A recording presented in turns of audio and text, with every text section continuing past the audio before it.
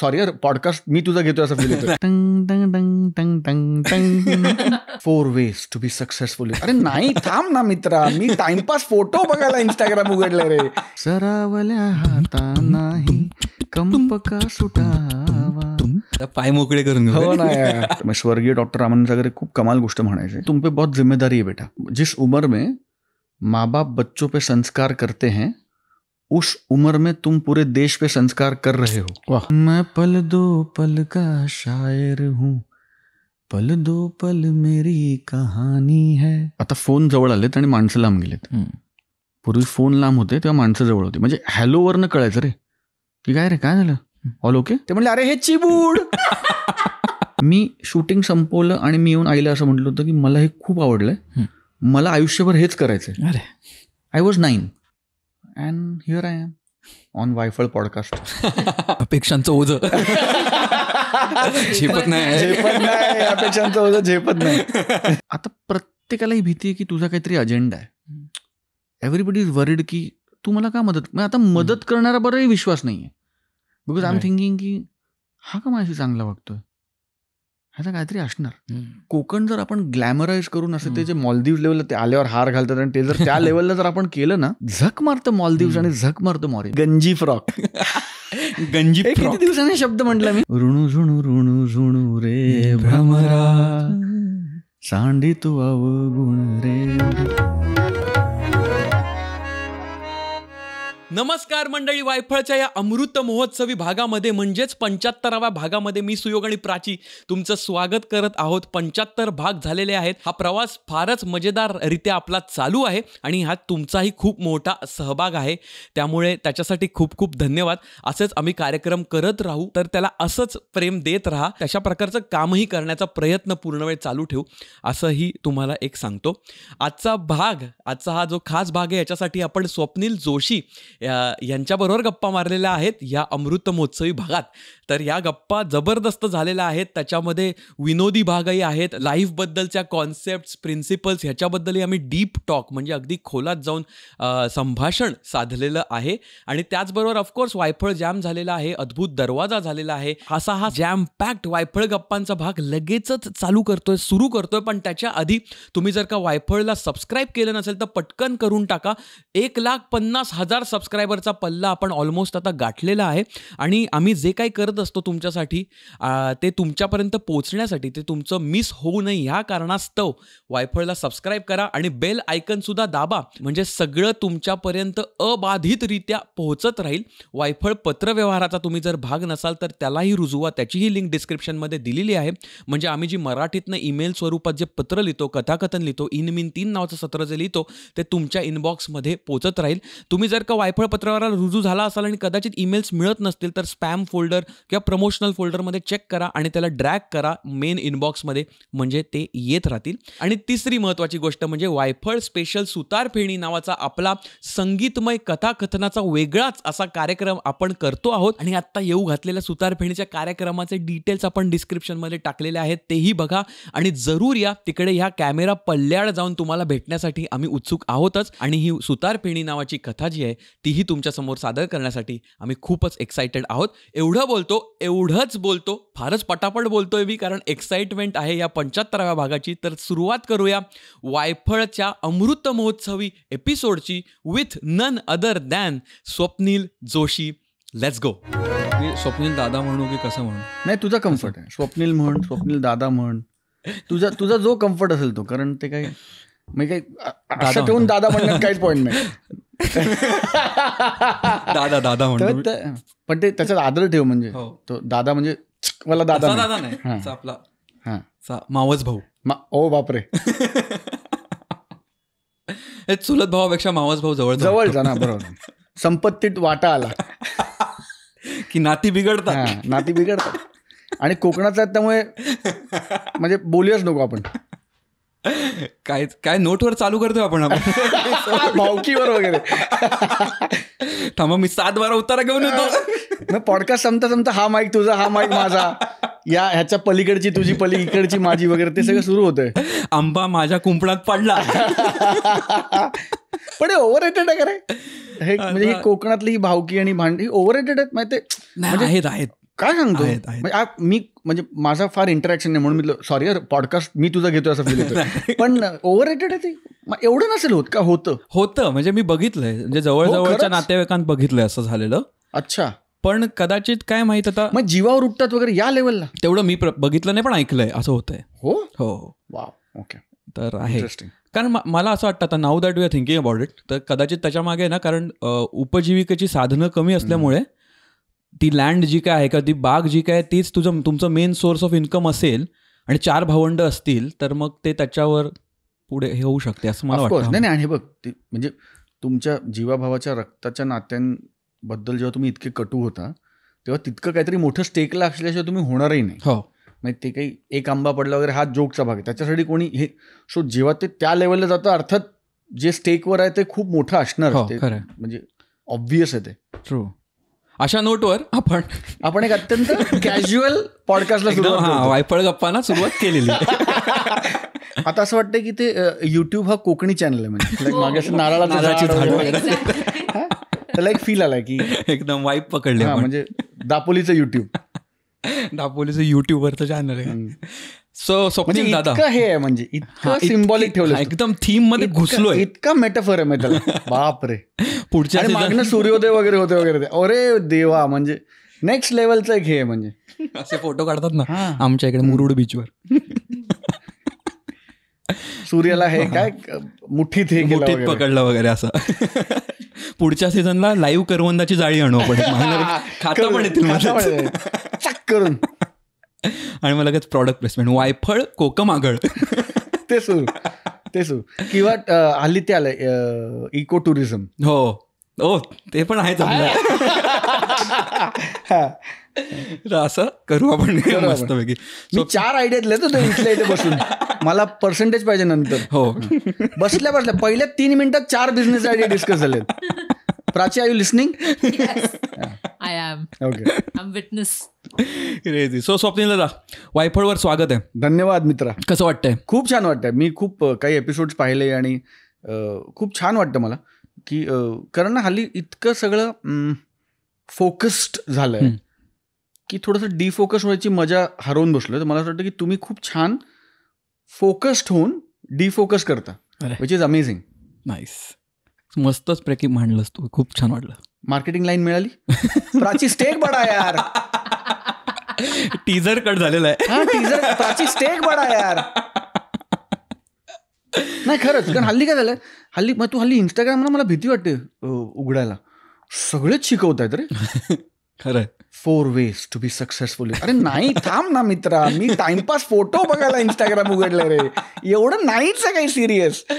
तर त्यामुळे भीती वाटते. तर त्याच्यात मला असं वायफळ असं मला वाटलं की खूप असं रिफ्रेशिंग आहे. राईट. बिकॉज काहीच घडत नाही आणि येट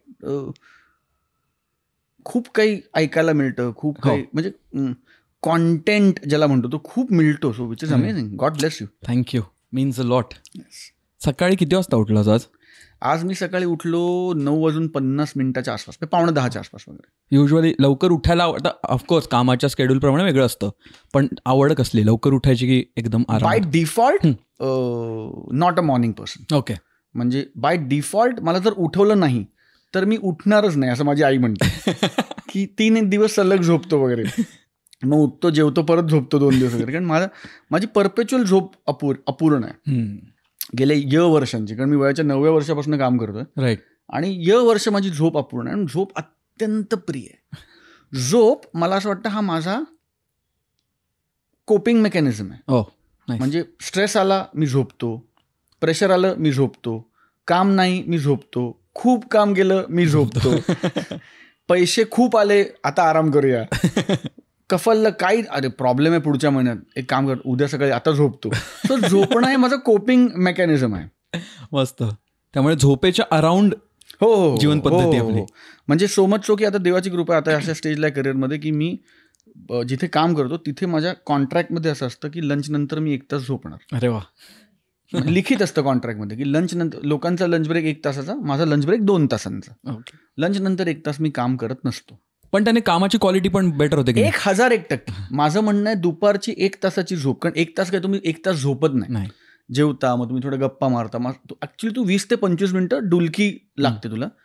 पण ती तुला पॉवर अप करते फॉर द नेक्स्ट 8 hours. हो म्हटलं म्हणजे ना, if I am not wrong, जपानमध्ये शाळेमध्ये मुलांना प्रॉपर 20 मिनिटाच्या रिसेसमध्ये झोपायला देतात. हो हे बरोबर आहे ना? हो बरोबर. आणि लोकांना त्याचं आपल्याकडे पण म्हणतात की रे, म्हणजे वामकुक्षी वगैरे म्हणतो की आपण, मग त्याला सायंटिफिक लॉजिक असणार, फक्त ते मी पटवून देऊ शकत नाही लोकांना. पण झोपेचं महत्व आहे खरं. मला खूप मजा आणि मला देवाच्या कृपेने लागते पण झोप. म्हणजे परमेश्वराची कृपा आहे. मला असं वाटतं की the biggest blessing anybody can have in life is भूक लागते का, अन्न पचतं का आणि झोप येते का. ह्याच्यापेक्षा मोठा टेकअवेच नाही आयुष्यात असं मला वाटतं. कारण तुझ्याकडे करोडो रुपये आहेत, पण तू खाऊ शकत नाही, अन्न पचत नाही, काय करणार त्याचं. तुझ्याकडे अब्जो रुपये आहेत, पण तुला झोपच लागत नाही रात्री, काय करणार त्याचं. आणि तू सब कुछ आहे तेरे पास, पण तुला भूकच लागत नाही, काय करणार त्याचं. काय किती कपडे घालणार, किती गाड्या, काय करणार त्याचं. Right. So I think I am very blessed. ही 3 बेसिक गोष्टी, उत्तम भूक लागते, उत्तम अन्न पचतं आणि झोप कडक लागते. म्हणजे मी आता बोलता बोलता इथे झोपू शकतो, जेन्युइनली झोपू शकतो. वातावरण पण आपण तसंच केलेलं, वातावरण तसंच केलेलं. आता फक्त तुझ्यावर आहे की ते होतंय का नाही, किती इंटरेस्टिंग करतोयस तू हे पॉडकास्ट, त्यावर ते ठरेल. अपेक्षांचं ओझं झेपत नाही, अपेक्षांचं ओझं झेपत नाही. पण हे जो हा दृष्टिकोन आहे, हे जर 3 आपण बायफर्केट केले, 3 मेन मुद्दे, ते तो दृष्टिकोन क्लिअर कधी झाला आणि तो कसा झाला किंवा कोणाकडनं आला तो. करता करता आलं रे. I think I am very blessed. मी वयाच्या 9व्या वर्षी उत्तर रामायण केलं, 16व्या वर्षी मी श्रीकृष्ण केलं. बरोबर. उत्तर रामायणात मी जे प्रभू रामचंद्रांची मुलं होती, लव आणि कुश, त्यातला कुश साकारला. आणि मग भगवान श्रीकृष्णांचं जी श्रीकृष्ण नावाची मालिका होती, त्याच्यात भगवान श्रीकृष्णांचा एक पोर्शन साकारला, जो म्हणजे राधे राणी आहेत त्यांच्याबरोबरचा जो सगळा जो रोमॅन्सचा पोर्शन आहे, किंवा त्यांचं जे एक ती जी लव्ह स्टोरी आहे ढोबळ भाषेत, नंतर कंसवधापर्यंत, कालिया मर्दनापासून जो ग्लॅमरस सगळा जो ज्याच्यात कमाल आहे म्हणजे तो पोर्शन साकारला. तर डॉक्टर रामानंद सागर, म्हणजे स्वर्गीय डॉक्टर रामानंद सागर हे खूप कमाल गोष्ट म्हणायचे. असं मला वाटतंय की ते असेल. ते नेहमी असं म्हणायचे की तुम पे बहुत जिम्मेदारी आहे बेटा. कारण 9व्या वर्षी रामायण केलं, 15व्या वर्षी कृष्ण केलं. तर ते असं म्हणायचे की तुम पे बहुत जिम्मेदारी है बेटा. जिस उम्र में माँ बाप बच्चों पे संस्कार करते हैं, उस उम्र में तुम पूरे देश पे संस्कार कर रहे हो. वाह, क्या बात आहे. सो त्या वाक्याचं गांभीर्य किंवा त्याचं टेकअवे मला तेव्हा नाही कळलं. मला वाटतं की काहीतरी खूप हेवी बोलतात, पण आता मला कळतं ते काय म्हणत होते. कारण ती वाक्य वाचताना, ती पाठ करताना, ती तुम्हाला आपलीशी तर करावी लागतील ना आधी, म्हणायच्या आधी. ती म्हणजे भगवान श्रीकृष्ण म्हणतायत काहीतरी, पण मी म्हणतो ना, तो ते पाठ करून त्याचा अर्थ, आणि ते ॲक्च्युली आम्हाला अर्थ समजावून सांगायचं. खूप म्हणजे तेव्हाचं टेकिंग, तेव्हाचं मेकिंग खूप वेगळं होतं. आणि स्पेशली या 2 शोजचं तर कुठेतरी ते संस्कार झाले असतील ना रे, कुठेतरी ते स्पिरिच्युअलिझम आलं असेल ना. आणि ते वय पण आहे ना जेव्हा संस्कार होत असतात तुमच्यावर. तर आय थिंक त्यातनं तो एक पॉईंट ऑफ व्ह्यू, तो पहिल्यापासून मी स्पिरिच्युअल आहेच. मी रिलिजियस नाही आहे फार, मी स्पिरिच्युअल आहे. राईट. आणि तेच मला आता विचारत होतं, कारण 9 वर्षाचं असताना किंवा परत दुसऱ्या प्रोजेक्टमध्ये त्यावेळी ती स्क्रिप्ट येणं, आणि तेच मी विचार करतो की त्याच्या मागचा अर्थ कितपत आपल्याला समजतोय की आपण वाचून ते करतो. तर ते अरे फार भारी होतं. कारण म्हटलं सांगतो, मी गिरगावचा, बाबाची वाडी, लक्ष्मीबाईची चाळ, 2 नंबरची खोली, कॉमन संडास, लाईन लावून, म्हणजे हे अपब्रिंगिंग आहे. तर आजी होती. मी खूप भाग्यवान, माझ्या दोन्ही आज्या माझ्या बाजूला राहायच्या. म्हणजे आईची आई आणि बाबांची आई. तर मी आईच्या आईला वरची आजी म्हणायचो, कारण ती पहिल्या मजल्यावर राहायची, आणि बाबांच्या आईला खालची आजी म्हणायचो, कारण ती शेजारी तळमजल्यावर राहायची. सो खालची आजी, वरची आजी. तर वरची आजीनं मला खूप गोष्टी सांगायची लहानपणापासून. सो स्टोरी टेलिंग पहिल्यापासून माझ्याकडे होतं. कारण रोज गोष्ट ऐकायची, रोज जेवताना गोष्ट ऐकायची. कधी छत्रपती शिवाजी महाराजांची ऐकायची, कधी प्रभू रामचंद्रांची ऐकायची, कधी श्रीकृष्णाची ऐकायची, पण गोष्ट ऐकायची. कधी अकबर बिरबलाची ऐकायची, पण गोष्ट ऐकायची. गोष्ट तर रामायण, महाभारत, महाराज हे गोष्टी रूपात मला ऑलरेडी कानावर पडायला लागले होते 7व्या, 8व्या, 9व्या वर्षी. आणि मग जेव्हा रामायण सुरू झालं तेव्हा कुशाची भूमिका मिळाली आणि सिलेक्शन झालं वगैरे वगैरे. आणि फार भारी होता डॉक्टर रामानंद सागरांचा प्रोसेस. पण तेव्हा काय वीकली मालिका होत्या ना, डेली सोप्स हा कॉन्सेप्ट नव्हता. बरोबर. आठवड्याला 20 मिनिटाचं शूटिंग व्हायचं. आणि रामायण आय डोंट नो आता ते लॉकडाऊनमध्ये तू पाहिलंयस की नाही वगैरे थोडं. हां. सो ते त्याचा एक पेस होता, त्याचा एक रिदम होता, स्टोरी टेलिंगचा पण एक पेस होता. तर ते काय करायचं, आज रात्री शूटिंग संपलं ना की ते आम्हाला आंघोळ वगैरे झाली, जेवण बिवण झालं रात्री की 9:30ला ते रूममध्ये बोलवायचे आम्हाला. लव कुश दोघे, म्हणजे आम्ही दोघे होतो, मी आणि मयुरेश क्षेत्रमाडे म्हणून त्यांनी.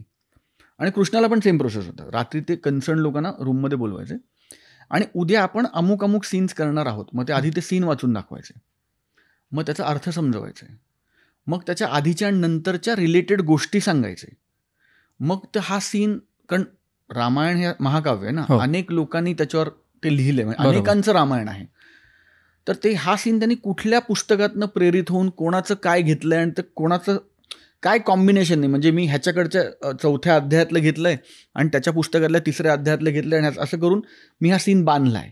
मग तुझं वर्जन काय आहे त्याबद्दल, म्हणजे तू लिहिलेल्या ग्रंथात काय म्हटलंय, मग तिने लिहिलेल्या ग्रंथात काय म्हटलंय, मग मी हे सर्वसमावेशक करण्यासाठी काय केलंय, मग हे कसं आपण ते TV फ्रेंडली करण्यासाठी हे केलंय, बरोबर, पण फॅक्टला तर हात नाही लावलाय, असं करून ते आम्हाला. त्यामुळे ना तो सीन दुसऱ्या दिवशी करताना 2 गोष्टी व्हायच्या. एक तर तो पाठ नाही करायला लागायचा, कारण गोष्ट कळलेली असायची, मग फक्त डायलॉग पाठ करायचे. बरोबर, पण त्याच्या मागची भावना, ते तो का म्हणतो, म्हणजे जेव्हा ते उदाहरणार्थ ते अश्वमेधाचा घोडा अडवतात तेव्हा ते काय भावनेने अडवतायत आणि ते काय भावनेने ते लक्ष्मणाला म्हणतात की नाही सोडणार तू प्रभू रामचंद्र, आम्हाला त्यांना भेटायचं, आम्हाला बाकी कोणाला भेटायचं.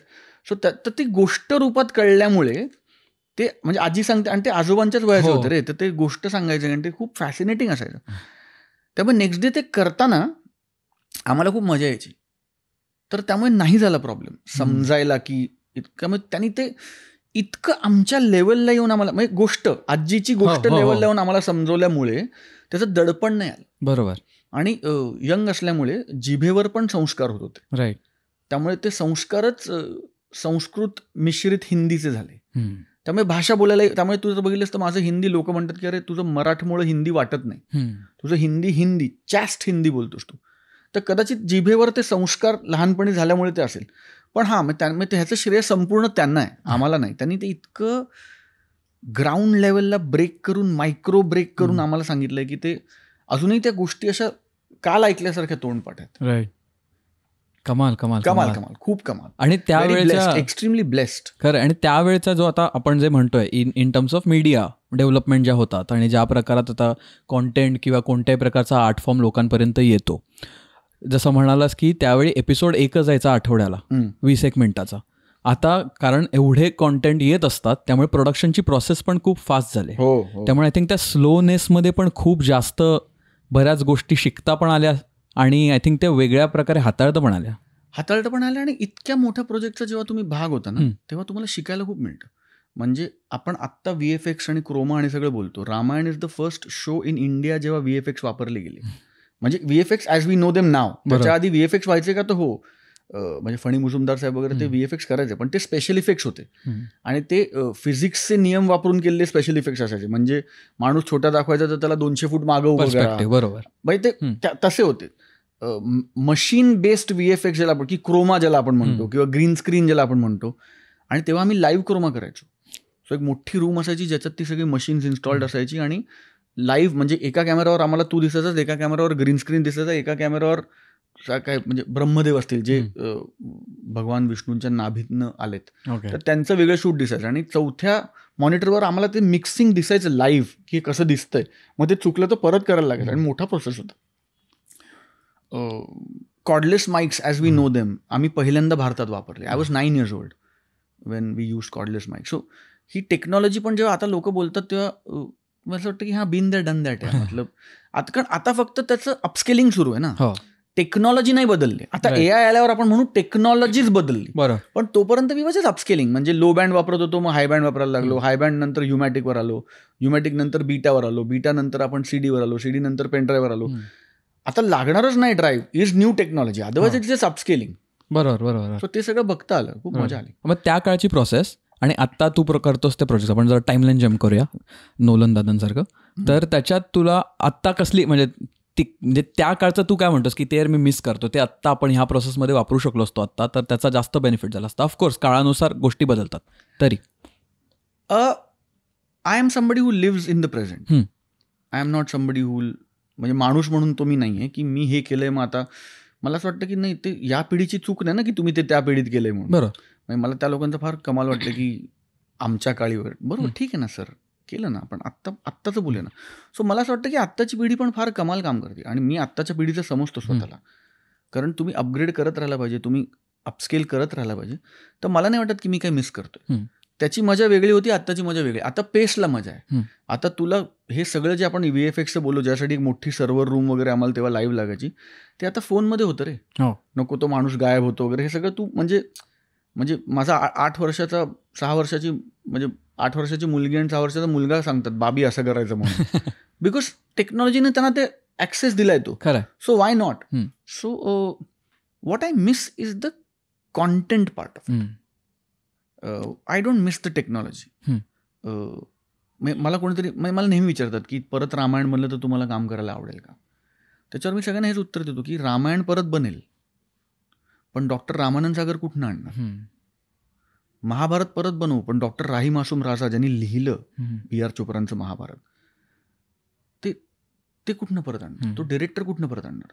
कारण ते त्यांचं विजन होतं. म्हणजे डॉक्टर रामानंद सागर किंवा रवींद्र जैनजी ज्यांनी संगीत दिलं, म्हणजे रामायण ही मालिकेतली गाणी अजून लोक गातात रे. हम कथा सुना ते राम सकल गुण, हे गाणं अजूनही लाखो करोडो लोकांच्या मोबाईलमध्ये अजूनही हे गाणं रोज एकदा ते बघतात. 14 मिनिटाचं गाणं आहे बाय द वे, ते सलग बघतात. माझ्या माहितीत लाखो लोक जी सलग ते गाणं रोज बघतात. हा रिकॉल कुठून आणणार तुम्ही. तर ते कॉन्टेंट, कारण ते त्या पॅशननी बनवलेलं कॉन्टेंट होतं, त्या झोकून देऊन किंवा सर्वस्व अर्पण करून बनवलेलं कॉन्टेंट होतं. सो त्यातली प्युरिटी तर ती कधी कधी मिस होते. म्हणजे सिनेमा बनवता बनवता प्रोजेक्ट बनतो, मालिका बनवता बनवता प्रोजेक्ट बनवतो, नाटक बनवता बनवता, तर ते कधी कधी त्याची सांगड घालणं कठीण होतं असं मला वाटतं. राईट. पण उसका अपना माझा. खरं आहे. असं म्हणालास तो, हायलाईट झालं, काळानुसार आपण अपग्रेड करत राहिलं पाहिजे. कारण मी जर तिथे राहिलो आणि मी जर म्हटलं की नाही ते तसं होत नाही, मग मला लोक म्हणतील ठीक आहे मग घरी बसणार, कारण ती माणसं तर नाही जाता. सो आता आजच्या लोकांकडनं जे पॉझिटिव्ह आहे ते मी कसं काढून घेऊ शकतो आणि त्याचा मी कसा भाग होऊ शकतो आणि त्याच्यात मी कसं स्वतःला बेस्ट करू शकतो, foot forward is what life is all about असं मला वाटतं. राईट. बघ, रिलेशनशिप सेम नसतं रे, नवरा बायको रोज सेम नसतात, तर कॉन्टेंट कसं सेम राहणार. राईट. जम्पिंग बॅक टू तेव्हाचा 9, 10, 15 वर्ष, तेव्हा हे सगळं चालू असताना शाळा पण चालू होती. मग कुठच्या शाळेत जायचं आणि ते कसं होतं सगळं. बेरामजी जिजुभाई पारसी चॅरिटेबल इन्स्टिट्यूशन, BJPC नावाची शाळा होती, चर्नी रोड स्टेशन. तर मला एकदम आमचं प्रिन्सिपल आठवलं रे, ड्रायव्हर मॅडम, पारसी लेडी. तर पारशी लोक फार प्रेमळ असतात रे, अत्यंत लाडकी कम्युनिटी आहे माझी. काय काय गोड माणसं असतात म्हणजे. आणि मी पारसी शाळेत शिकलो, मी खूप फॉर्च्युनेट आहे की खूप मित्रमैत्रिणी पारसी होती. मला वाटतं one of the best most lovable communities in the world असं मला वाटतं.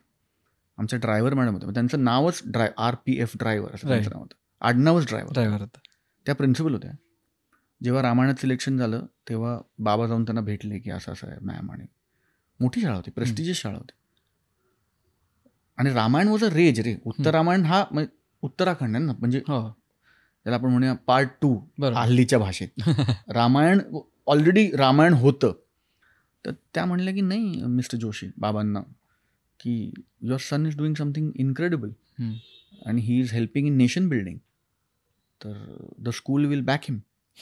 मी त्या 8-9 तर त्या म्हणजे टीचर्स मला वेगळं शिकवायचे आहे.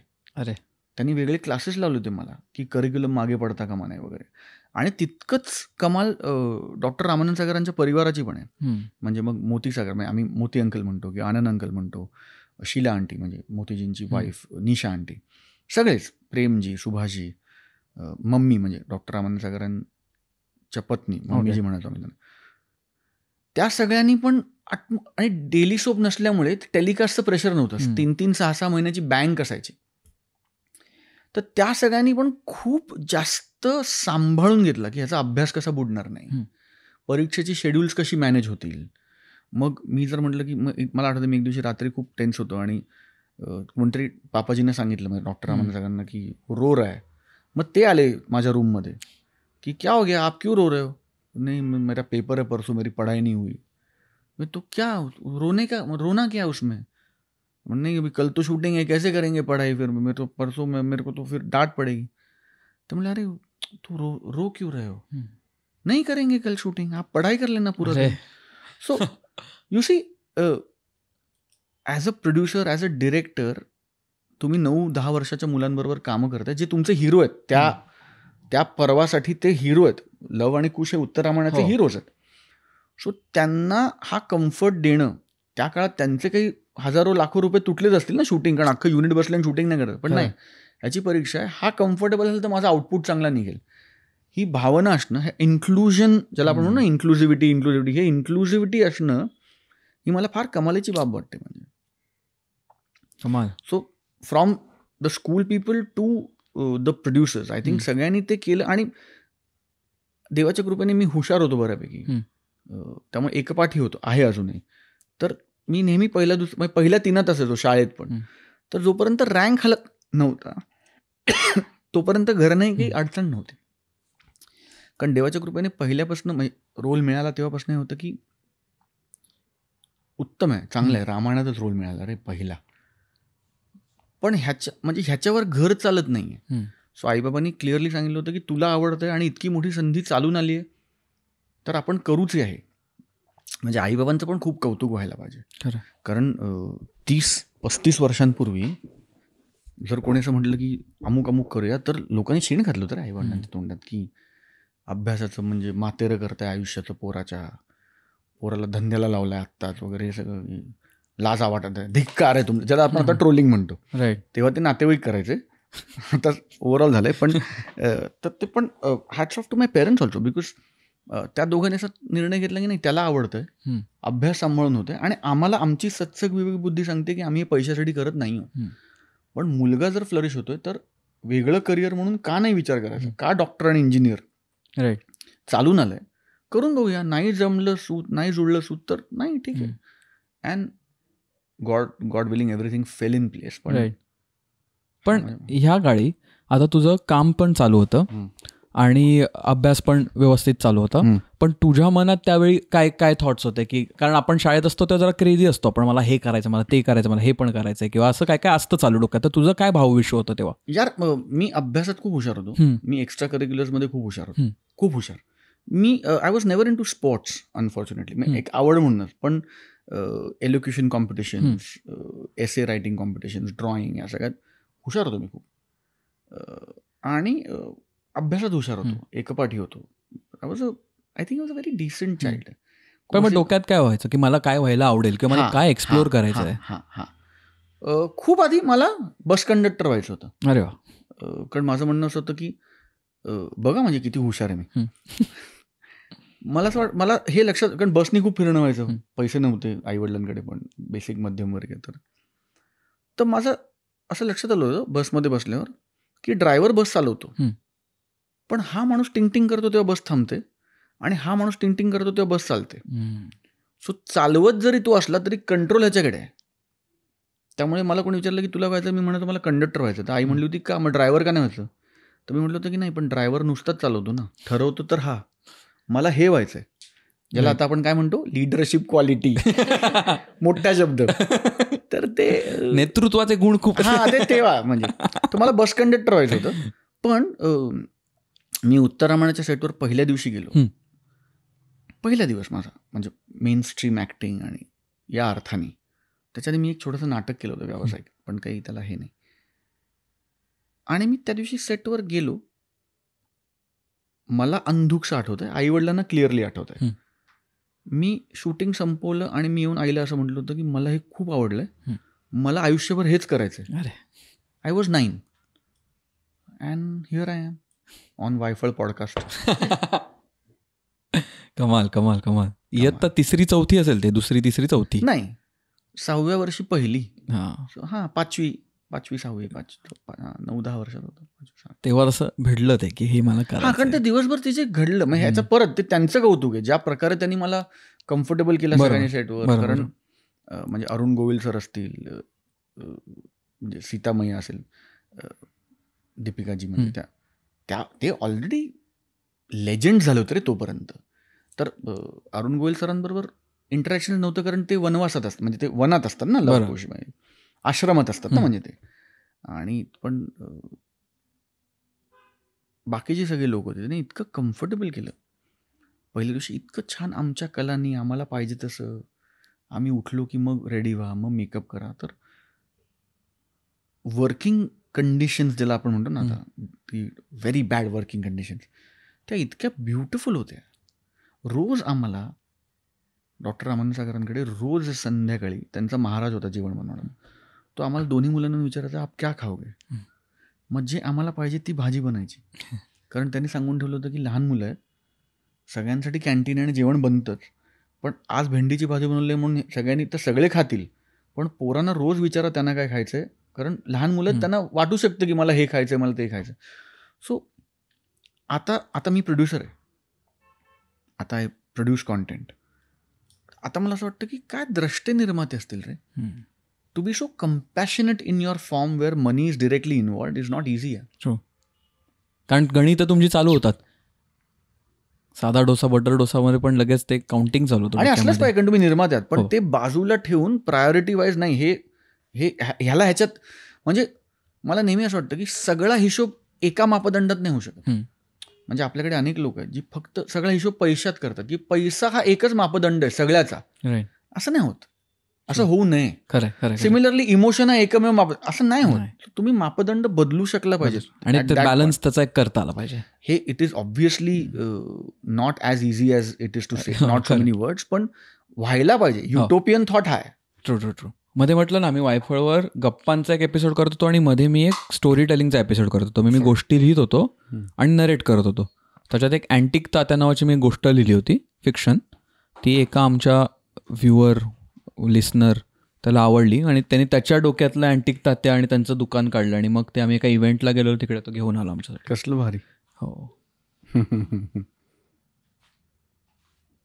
ती स्टोरी, मला जुन्या गोष्टी असतात ना त्या खूप आवडतात. म्हणजे मला पण इन जनरल जुनी दुकानं बघितली की मग खूप फॅसिनेशन येतं. जे लोक मला खूप जास्त ओळखतात ते असं मला म्हणतात की I am a 90s kid stuck still in the 90s म्हणून. मोस्ट ऑफ अस आर, नाही? हो, खरं आहे. आणि ते माहीत नाही, ते समहाऊ ज्या गोष्टी जुने स्टोअर फ्रंट्स किंवा तिकडे ते जुने, इवन मला जुने ॲडव्हर्टाइजमेंट कुठे दिसली चुकून किंवा कात्रण दिसलं. ती फॅन्टमवाली सिगरेट पितोस का? नाही, पण म्हणजे खाल्ली आहे मी ती. खाल्ली सिगरेट खाल्ली. फॅन्टम सिगरेट फॅसिनेशन होतं. हो, गुलाबी रंगाचं पॅकेट. हो, फॅन्टम काय असायचं चेहरा.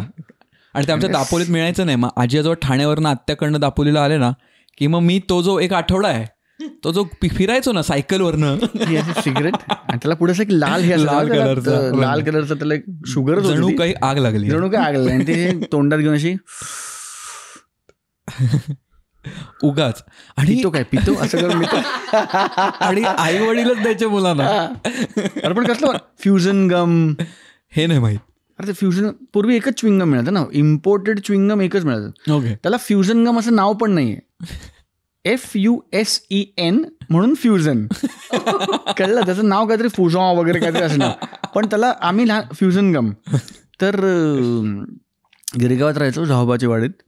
तर समोर एक दुकान होतं, त्या एकाच दुकानात ते फ्युजन गम मिळायचं. आणि तेव्हा ते 4 आण्याला मिळायचं रे. आणि मुळात च्युइंगमच खायचं नाही ना, चिकलेट म्हणायचं म्हणजे ते च्युइंगम. पण चिकलेट नावाचा एक ब्रँड पण होता. पण त्याला जनरल म्हणजे जसं झेरॉक्सला झेरॉक्स म्हणतात त्याला चिकलेट म्हणायचं. चिकलेट. तर ते फ्युजन गम, जो पोरगा फ्युजन गम खायचा ना भाई, तो कूल होता भाई. आणि तो श्रीमंत पण होता, कारण आपले चिकलेटचे पण वांदे होते. खरंय. चिकलेट. माझे बाबा पण ते हॅपी डंटला बघून बोलतात तू चिकलेट जेवू छे. त्याचा माझा एक भारी किस्सा आहे. मी जेव्हा नवीन डाएट करायला सुरुवात केली तेव्हा मी बाबांना म्हटलं की बाबा माझ्यासाठी मस्क मेलन्स घेऊन या. बाबा म्हणले काय? मी मस्क मेलन खाणार आहे, माझ्यासाठी मस्क मेलन आणा. आणि लई शोधतात रे बाबा, गिरगावात राहायचो ना रे. तर गिरगावात भाजीवाल्यांकडे टोपले ते मस्क मेलन आहे का. नाही नसायचं ना म्हणजे. मस्कमेलन नसायचं. तर आणि बाबा रोज बाबा मस्कमेलन, अरे मी विचारलं नाही ते आपल्या मावशीने, बरं गिरगावात काय इतकं सेट होतं सगळं की म्हणजे इकडे जायचं भाजी घ्यायची, इकडे इतकं सेट सगळं ठरलेलं होतं. तर एक दिवशी मी रस्त्यातनं चाललो होतो आणि मी बाबांना म्हटलं की बाबा हे काय मस्कमेलन, तुम्ही रोज सांगता मला हे काय इकडे मिळतंय मस्कमेलन. तेव्हा म्हणले हे मस्कमेलन आहे. म्हटलं हो. ते म्हणले अरे हे चिबूड, ह्याला मस्कमेलन म्हणतात. बरं ह्याला चिबूड म्हणतात हे मला माहिती नाही आणि ह्याला मस्कमेलन म्हणतात हे त्यांना माहिती नाही. ते म्हणले अरे हे चिबूड, हे रोज, अरे ताई चिबूड द्या कसं करून. मग मी मस्कमेलन खायला लागलो. माझं आडनाव रिसबूड असल्यामुळे हे म्हणतोस ते माझं टोपण नाव होतं एकेकाळी. हो ना, रिसबूड चिबूड. अच्छा. आणि दापोली गेली त्यापर्यंत मला माहिती नव्हतं की मस्कमेलन इज चिबूड. मला पण नव्हतं माहिती. आणि काकांना पण माहिती नव्हतं. आणि काकांना तर तोपर्यंत माहिती नव्हतं. आणि मी बाबांना सांगतो ते थोडं महाग फळ आहे पण ते आपण आणूया कारण ते हेल्थसाठी चांगलं आणि मी आता ऍक्टर आहे वगैरे. बाबा ते आणूया ना बाळा. पण आणि चिबूड 10 रुपयाला मिळायचं रे, मस्कमेलन तेव्हा 80 रुपयाला मिळायचं. ब्रँडिंग ब्रँडिंग का पैसा आहे. बाबा म्हणे अरे हे चिबूड, अरे हे खायचंय होय तुला, रोज आणू त्याला काय. पण असं एक झोन यायचा माहितीये. मध्ये मी लहान शाळेत होतो तेव्हा जरबेरा फुलांचा एक झोन आलेला. सडनली सगळीकडे जरबेराची फुलं मिळायची. 15 रुपये कांडी. एकदम सगळे रेव्होल्युशनरी काहीतरी होऊन जायचं. मग ऑर्चिड आली. ऑर्चिड अनेक इडली ऑर्चिड आणि मी नाही. आणि ऑर्चिड हे नाही पण म्हणजे त्या फुलाला अनेक सुसंस्कृत लोक पण ऑर्चिड म्हणतात. खरं ऑर्किड आहे ना ते. ऑर्किड हो नक्की ना. हो का मी इतके दिवस ऑर्किड चुकीचं म्हणतो आणि ऑर्चिड नाही. मी ते विठ्ठल कामतांचं पुस्तक लक्षात ठेवतो. इडली ऑर्किड आणि मी. करेक्ट. ऑर्चिड. विठ्ठल काका खूप मारणार मला. पण अनेक लोक ऑर्चिड म्हणतात रे. किंवा हॉटेल चल ना ऑर्चिडला जा. अरे ऑर्चिड नाही आहे ते. किंवा मला अजूनही आठवतं मी पहिली गाडी घेतली होती मोठी. तेव्हाच्या गमती जमती सांगतो म्हणून. तर ना मित्सुबिशी लॅन्सर लिमिटेड एडिशन. बडी गाडी स्वॅग सर. तर मला शौक आहे गाड्या. तर मी गाडी घेऊन गेलो. माझी आजी होती रे, खालची आजी. हा खालची आजी. कमाल. खालची आजी वेगळा पॉडकास्ट व्हायला पाहिजे खालच्या आजीवर. खालची आजी वॉज अ थिंग. तर खालच्या आजीला मी आणलं. तोपर्यंत म्हातारी होती. म्हटलं आजी गाडी घेतली. अरे वा मोठी गाडी, लांब लचक लॅन्सर. आणि मग मी आजीला सांगत होतो की काय काय गमती जमती आहेत की हे अमुक आहे, मग हे बघ हे इथनं हे दिसतं ना, इथे कॅसेट वाजते. कॅसेट जाणार कशी, नाही त्याला CD म्हणतात. तर CD ते अरे बापरे चकती इथनं गाणं वाजतं का वगैरे ते सगळं झालं. तर मी आजीला म्हटलं की आणि ह्या टायरला ट्यूबच नाही आहेत कारण ट्यूबलेस टायर पहिल्यांदा आलं होतं रे. तर आजी म्हणली ट्यूब नाही म्हटलं म्हणजे ह्याच्यात ट्यूब दिलीच नाही आहे त्यांनी, नुसताच टायर आहे, ट्यूबच नाही. तर आजी मला म्हणली अरे मग त्यापेक्षा आपली इंडिका बरी, 4 लाखात ट्यूब पण देतात ते. सॅवेज आजी एकदम. आणि मला इतकं लुझर झाल्यासारखं वाटलं की मी उगाच लॅन्सर घेतली यार. 11 लाख रुपयाची गाडी आणि ट्यूबच नाही त्याच्यात, म्हणजे काय फालतूगिरी. अरे मग आपली इंडिका बरी, त्यात ट्यूब पण देतात 4 लाखात. ही कुठली गाडी ज्याच्यात ट्यूबच नाही. मग बंद पडली. म्हटलं अगं ट्यूबमुळे गाडी बंद पडते चालत, हे चुकलंय आजी. पण मला अशी आजी दिसते, लहानसर दिसते आणि तू असा उभाच तिकडे ते गाणं या आजी एकदम गॉगल. आणि कमाल. म्हणजे मला वाटतं मी जेव्हा मी लॅन्सर घेतली होती आणि जेव्हा माझं आपलं घर म्हणजे या लेवलला मी बऱ्यापैकी व्यावसायिक दृष्ट्या. वय वर्ष काय होतं? मी घर घेतलं तेव्हा 21 वर्षांचं होतं. अरे वा. म्हणजे पहिलं घर घेतलं तेव्हा. हो स्वॅग सांगून टाकलं. पहिलं घर घेतलं तेव्हा 21 वर्षाचं. तर मला आठवतं पण तेव्हा घर झालं होतं आणि असं. तेव्हा आजीनी बोललं होतं बाबांना, मोहन मला तुझ्याशी बोलायचं आहे. हां बोलाय. गाडी बिडी घेतली त्यांनी, घराचं पण म्हणतोय करायचं आहे. आता लग्नही करायला 21 ना, आता लग्नही करायला लागेल पुढे मागे. हो दुसऱ्याची पोर आणणार. हा करतो काय? तर बाबा म्हणले आई तो टीव्हीवर काम करतो. अरे मी पण लहानपणी नाटकात काम केलंय, त्यांनी काय होतंय. दुसऱ्याची पोर घरी आणणार, उदरनिर्वाहाचं काय. तर आजीला बरं वाटावं म्हणून माझं एम्प्लॉयमेंट एक्सचेंजमध्ये नाव लिहिलंय. नाव नोंद, कारण तेव्हा एम्प्लॉयमेंट एक्सचेंज होतं अपॅरेंटली. तर आपण ह्याचं एम्प्लॉयमेंट एक्सचेंजमध्ये नाव नोंदवूया. काय असं त्याचं मेकॅनिझम? नाव नोंदवलं की नोकरी? अपॅरेंटली. तोपर्यंत ते ऑलरेडी म्हणजे ते बंद झालं होतं तो कॉन्सेप्ट. पण आजीला सांगितलं होतं की माझं नाव नोंदवलंय. आजीला बरं वाटतं. हा, म्हणजे आजीचं म्हणणं होतं की मग तिथनं नोकरीचे कॉल देतील आणि ह्याला नोकरी लागली नाही तर कुठेतरी बँकेत. कारण एक गाडी घेतोय, घर घेतोय, ठीक आहे, पण दुसऱ्याची पोरबीर आणणार मग काय? इतके ते बेसिक आणि साधी सोपी माणसं होती रे. Life was so much simpler. म्हणजे खरं. आजीचं नाव काय होतं खालच्या? सुशीला अनंत जोशी. आणि वरच्या आईचं नाव काय होतं रे? खरंच नाही म्हणत. वरची आजी. कारण तिला इतक्या वर्षात कधी एकदाही नावाने हाक नाही मारली. खरं. आई पण आई म्हणायची. असं माझं पण झालेलं. बाबांच्या आजीचं नाव आणि काहीतरी विचारलं आणि मी एकदम ब्लँक झालो होतो त्यावेळी. एक सेकंड, आजी ना? आजी ना. वरच्या आजीचं नाव आजी रिजबूट. म्हणजे वरची आजी खालची आजी हेच ना हेच. आजीचं आणि आईलाही इतक्या वर्षात कधी आजीचं नाव घेताना नाही ऐकलंय. कारण तशी वेळच येत नाही ना. आईच म्हणणार ना. आजी कधी म्हणणार? क्रेझी. आत्ता इन्स्टंटली आठवत नाही वरच्या आजीचं काय आवडायचं सर्वात जास्त? साबुदाण्याची खिचडी. अरे यार नको. वरची आजी for the longest time I बाबा दोघेही बँकेत नोकरी करत होते. ओके. तर मी शाळेतनं आलो की वरच्या आजीकडे जायचो. मग वरची आजी तिची एक काळ्या मसाल्याची आमटी असायची. मग ती घरी बनवायची तो मसाला. माझी आई खूप उत्तम आमटी बनवते. तर माझ्या आईच्या हातची आमटी सगळ्यांना आवडते. पण मला आजीच्या हातची आमटी आवडायची. तर आजीच्या हातची आमटी, काळ्या मसाल्याची आमटी, भात, मग बटाट्याचे पापड आणायचा मामा. तर मामाही गेला. आणि लिंबाचं गोड लोणचं. आमच्याकडे कीर्तिकर स्टोअर्स नावाची जागा अजूनही आहे गिरगावात. तिथनं ते पापड पण तिथले. आणि तर बटाट्याचा तळलेला पापड, काळी आमटी, भात, काही कोशिंबीर बिशिंबीर असेल ते, आणि लोणचं आणि गोष्ट. आलं, हातपाय धुतले, कपडे बदलले की पहिलं जेवायचं. तर मग आजी भरवायची, गोष्ट सांगायची. सो वरची आजी म्हटलं की मला ते आठवतं. आणि मी तिच्याकडे संध्याकाळपर्यंत तिच्याकडे असायचो. मग झोपायचो वगैरे. मग आई यायची किंवा बाबा यायचे बँकेतनं. मग परत मी खाली जायचो माझ्या घरी. आणि मग पण वरची आजी म्हटलं की मला जेवण आठवतं. आणि माझ्या माहितीत वरच्या आजीसारखी साबुदाण्याची खिचडी आणि साबुदाण्याचं थालीपीठ कोणीच करत नाही. कोणीच नाही. माझी आई, नंतर मामी म्हणजे मामाची बायको आली आणि तिने पण खूप छान ते सगळं खूप छान आत्मसात केलं. म्हणजे मामीनेही खूप केलं माझं. पण वरच्या आजीसारखं नेक्स्ट खिचडी तशी नाहीच.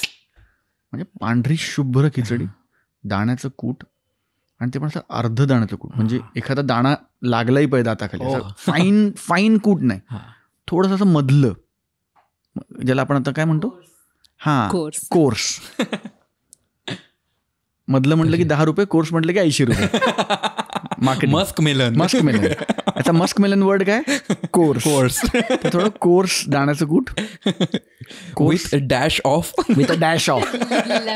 Lemon and coriander sprinkled lightly वगैरे ते सगळं. म्हणजे कोथिंबीर घातलेली साबुदाण्याची खिचडी लिंबू पिळून.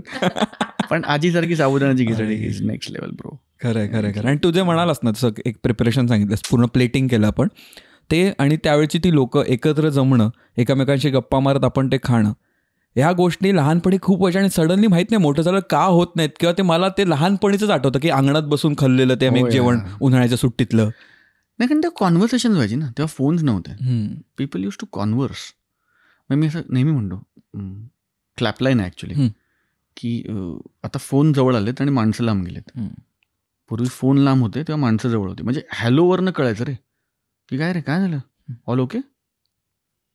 आता काही कळत नाही रे, कारण व्हॉइस मॉड्युलेटर झाले फोनवर, कळतच नाही काय झालं. So those were people were more connected. Life was simpler. माणसं माणसासाठी धावून यायची. आता प्रत्येकाला ही भीती आहे की तुझा काहीतरी अजेंडा आहे. एव्हरीबडी इज वरीड की तू मला का मदत, आता मदत करणारा बराही विश्वास नाही आहे. बिकॉज आय एम थिंकिंग की हा का माझ्याशी चांगला वागतोय, ह्याचा काहीतरी असणार. माझा एक मित्र आहे, म्हणजे लोकांना मी कधी कधी खूप खोटा वाटतो की अरे एवढा कसा चांगला असेल, पूर्ण वेळ कसा चांगला हसतमुख असेल, ते फेक आहे रे. तर मी एका मित्राला असं फ्रस्ट्रेट होऊन विचारलं होतं की असं का रे, म्हणजे खरंच मी चांगला वागतो तर त्याचं म्हणणार आहे तुझा प्रॉब्लेम नाही. अशी माणसं हल्ली बघायला मिळत नाहीत, त्यामुळे मग जी आहेत ती खोटीच असणार. सो हा समाजाचा प्रॉब्लेम आहे की अशी माणसं कमी झालीत. So people must be thinking की देन जो बचे है वो ऑब्वियसली झूठी कर रहे थे, कोई काय को सेल्फलेस काम करे. खरं तो तसं आहे. पण हां म्हणजे गप्पा, मी पण गिरगावच्या चाळीत राहिलो ना. आता ते म्हणजे गॅलरीत झोपायचं, गणपतीत 10 दिवस मांडवात राहायचं, रस्ता झाडण्यापासून ते सगळं, तर ती मजा आहे. कालच मी आमची नवीन फिल्म येते बाईग नावाची, त्याच्या प्रमोशनला पार्ल्याला गेलो होतो. मग आता टेलिकास्ट होईल तेव्हा खूप दिवस, मी आत्ता शूटिंगच्या हिशोबाने म्हणतो, आपण आत्ता बोलतोय, मी ऑलरेडी काल गेलो होतो पार्ल्याला. पार्लेश्वर ढोल ताशा पथक, त्याचा वाद्यपूजन सोहळा होता, तिकडे गेलो होतो. मला एवढी मजा आली, कारण गणपतीत रात्री मी बँजो वाजवतो पाहिजे, बुलबुल तरंग वाजवतो. अरे वा. तर ते माझी स्वतःची बँजो पार्टी होती लहानपणी. म्हणजे प्रकाश काका, राजा काका त्यांची बँजो पार्टी होती आणि त्याच्यात मी बुलबुल तरंग वाजवायचो. माझ्या बुलबुल तरंगची एक ऑडिओ कॅसेट पण आहे. 36 नॉनस्टॉप कोळी गीतं. अरे मी सगळं केलंय, सब किया मैंने. तर हा, पण त्याची मजा वेगळी. गणपतीत ढोल वाजायला लागला की नाचायला सुरुवात करायची, ते पहाटे तंगड्या गळ्यात गेल्यावर मग घरी यायचं. हो, आणि तू प्राईम स्पॉटला तुम्ही राहत होता. गिरगाव सर, गिरगाव. तर द क्रीम, सगळे तुमच्या इथे येतात. The cream of culture. खरंय. अजूनही मिस करतोस मग गिरगावला? 100%. पण आता गिरगाव तसं राहिलंय? नाही, अजिबात नाही. गिरगाव बदललंय, गिरगावातली माणसं गेलेत. सो पण प्रॉब्लेम काय, you can take me out of Girgaon, you can never take Girgaon out of me. Right. म्हणजे I can take you out of Dapoli, but can I take Dapoli out of you? नाही, तो प्रॉब्लेम आहे.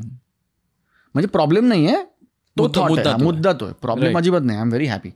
बॉर्न अ गिरगावकर, मध्यमवर्गीय. I always say, very philosophical, खूपच serious चाललोय का? नाही, काय हरकत नाही. पण I always say that I am not Swapnil Joshi. I work for Swapnil Joshi. I am that middle class Maharashtrian boy living in Girgaon who works for. Shahrukh Khan साहेबांचं वाक्य आहे, म्हणजे तो थॉट त्यांचा आहे, पण मला तो इतका आवडला की I am not that guy. I am a middle class Maharashtrian boy, ज्याला सुपरस्टार मराठीतला स्वप्नील जोशी त्याची एक महागातली गाडी सकाळी घ्यायला येते, मग ती त्याला सेटवर घेऊन जाते, मग तो व्हॅनिटीत जातो. मग तो स्वप्नील जोशी सांगेल ते कपडे हा घालतो, तो स्वप्नील जोशी सांगेल ती नोकरी हा करतो, तो स्वप्नील जोशी सांगेल ते वाक्य हा म्हणतो, तो स्वप्नील जोशी सांगेल ते कॅरेक्टर हा पोर्ट्रे करतो. दिवसभर तो त्या स्वप्नील जोशीचा ऐकतो. मग संध्याकाळी काम संपलं, नोकरी संपली की तो स्वप्नील जोशी परत गाडी देतो, त्याला तो परत घरी सोडतो. घरी आला, दरवाजाची बेल वाजली आणि आत आला की परत तो मध्यमवर्गीय मराठी गिरगावातला मुलगा असतो स्वप्नील जोशी. मला असं वाटतं की ही फिलॉसॉफी आहे लाईफची.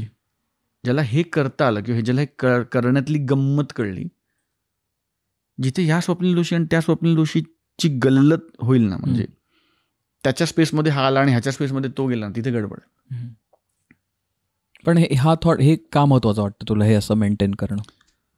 अदरवाईज जे मी ऑनस्क्रीन करतो, म्हणजे मुलींना मी खूप आवडतो, खूप रोमॅन्टिक हिरो आहे, मी तसा पूर्ण वेळ नाही राहू शकत. तसा मी नाही आहे पूर्ण वेळ. मला माझे मूड स्विंग्स आहेत, मला माझं फ्रस्ट्रेशन्स आहेत, फिअर्स आहेत, मला माझं सामान्य माणसाचे प्रॉब्लेम्स आहेत. तर मी तसं नाही राहू शकत. आणि तसं जर मी पूर्ण वेळ राहायला लागलो तर मला तर मग मी फेक राहीन. म्हणजे एखादा दिवस आहे जेव्हा मला आंघोळ करायचा कंटाळा येतो सकाळी, किंवा मी 3-4 वाजेपर्यंत नाही करत आंघोळ, पण Swapnil Joshi cannot do that. Right. तर ती गंमत नाही तर lose out on being myself ना. What's the point? राईट. आणि आय थिंक मग ते डोक्यात आपला क्लिअर असलं की आपण दोन्ही बाजूला जस्टिस देऊ शकतो. किती देतो की नाही हा नंतरचा भाग आहे, त्यात अनालिटिकल आहे.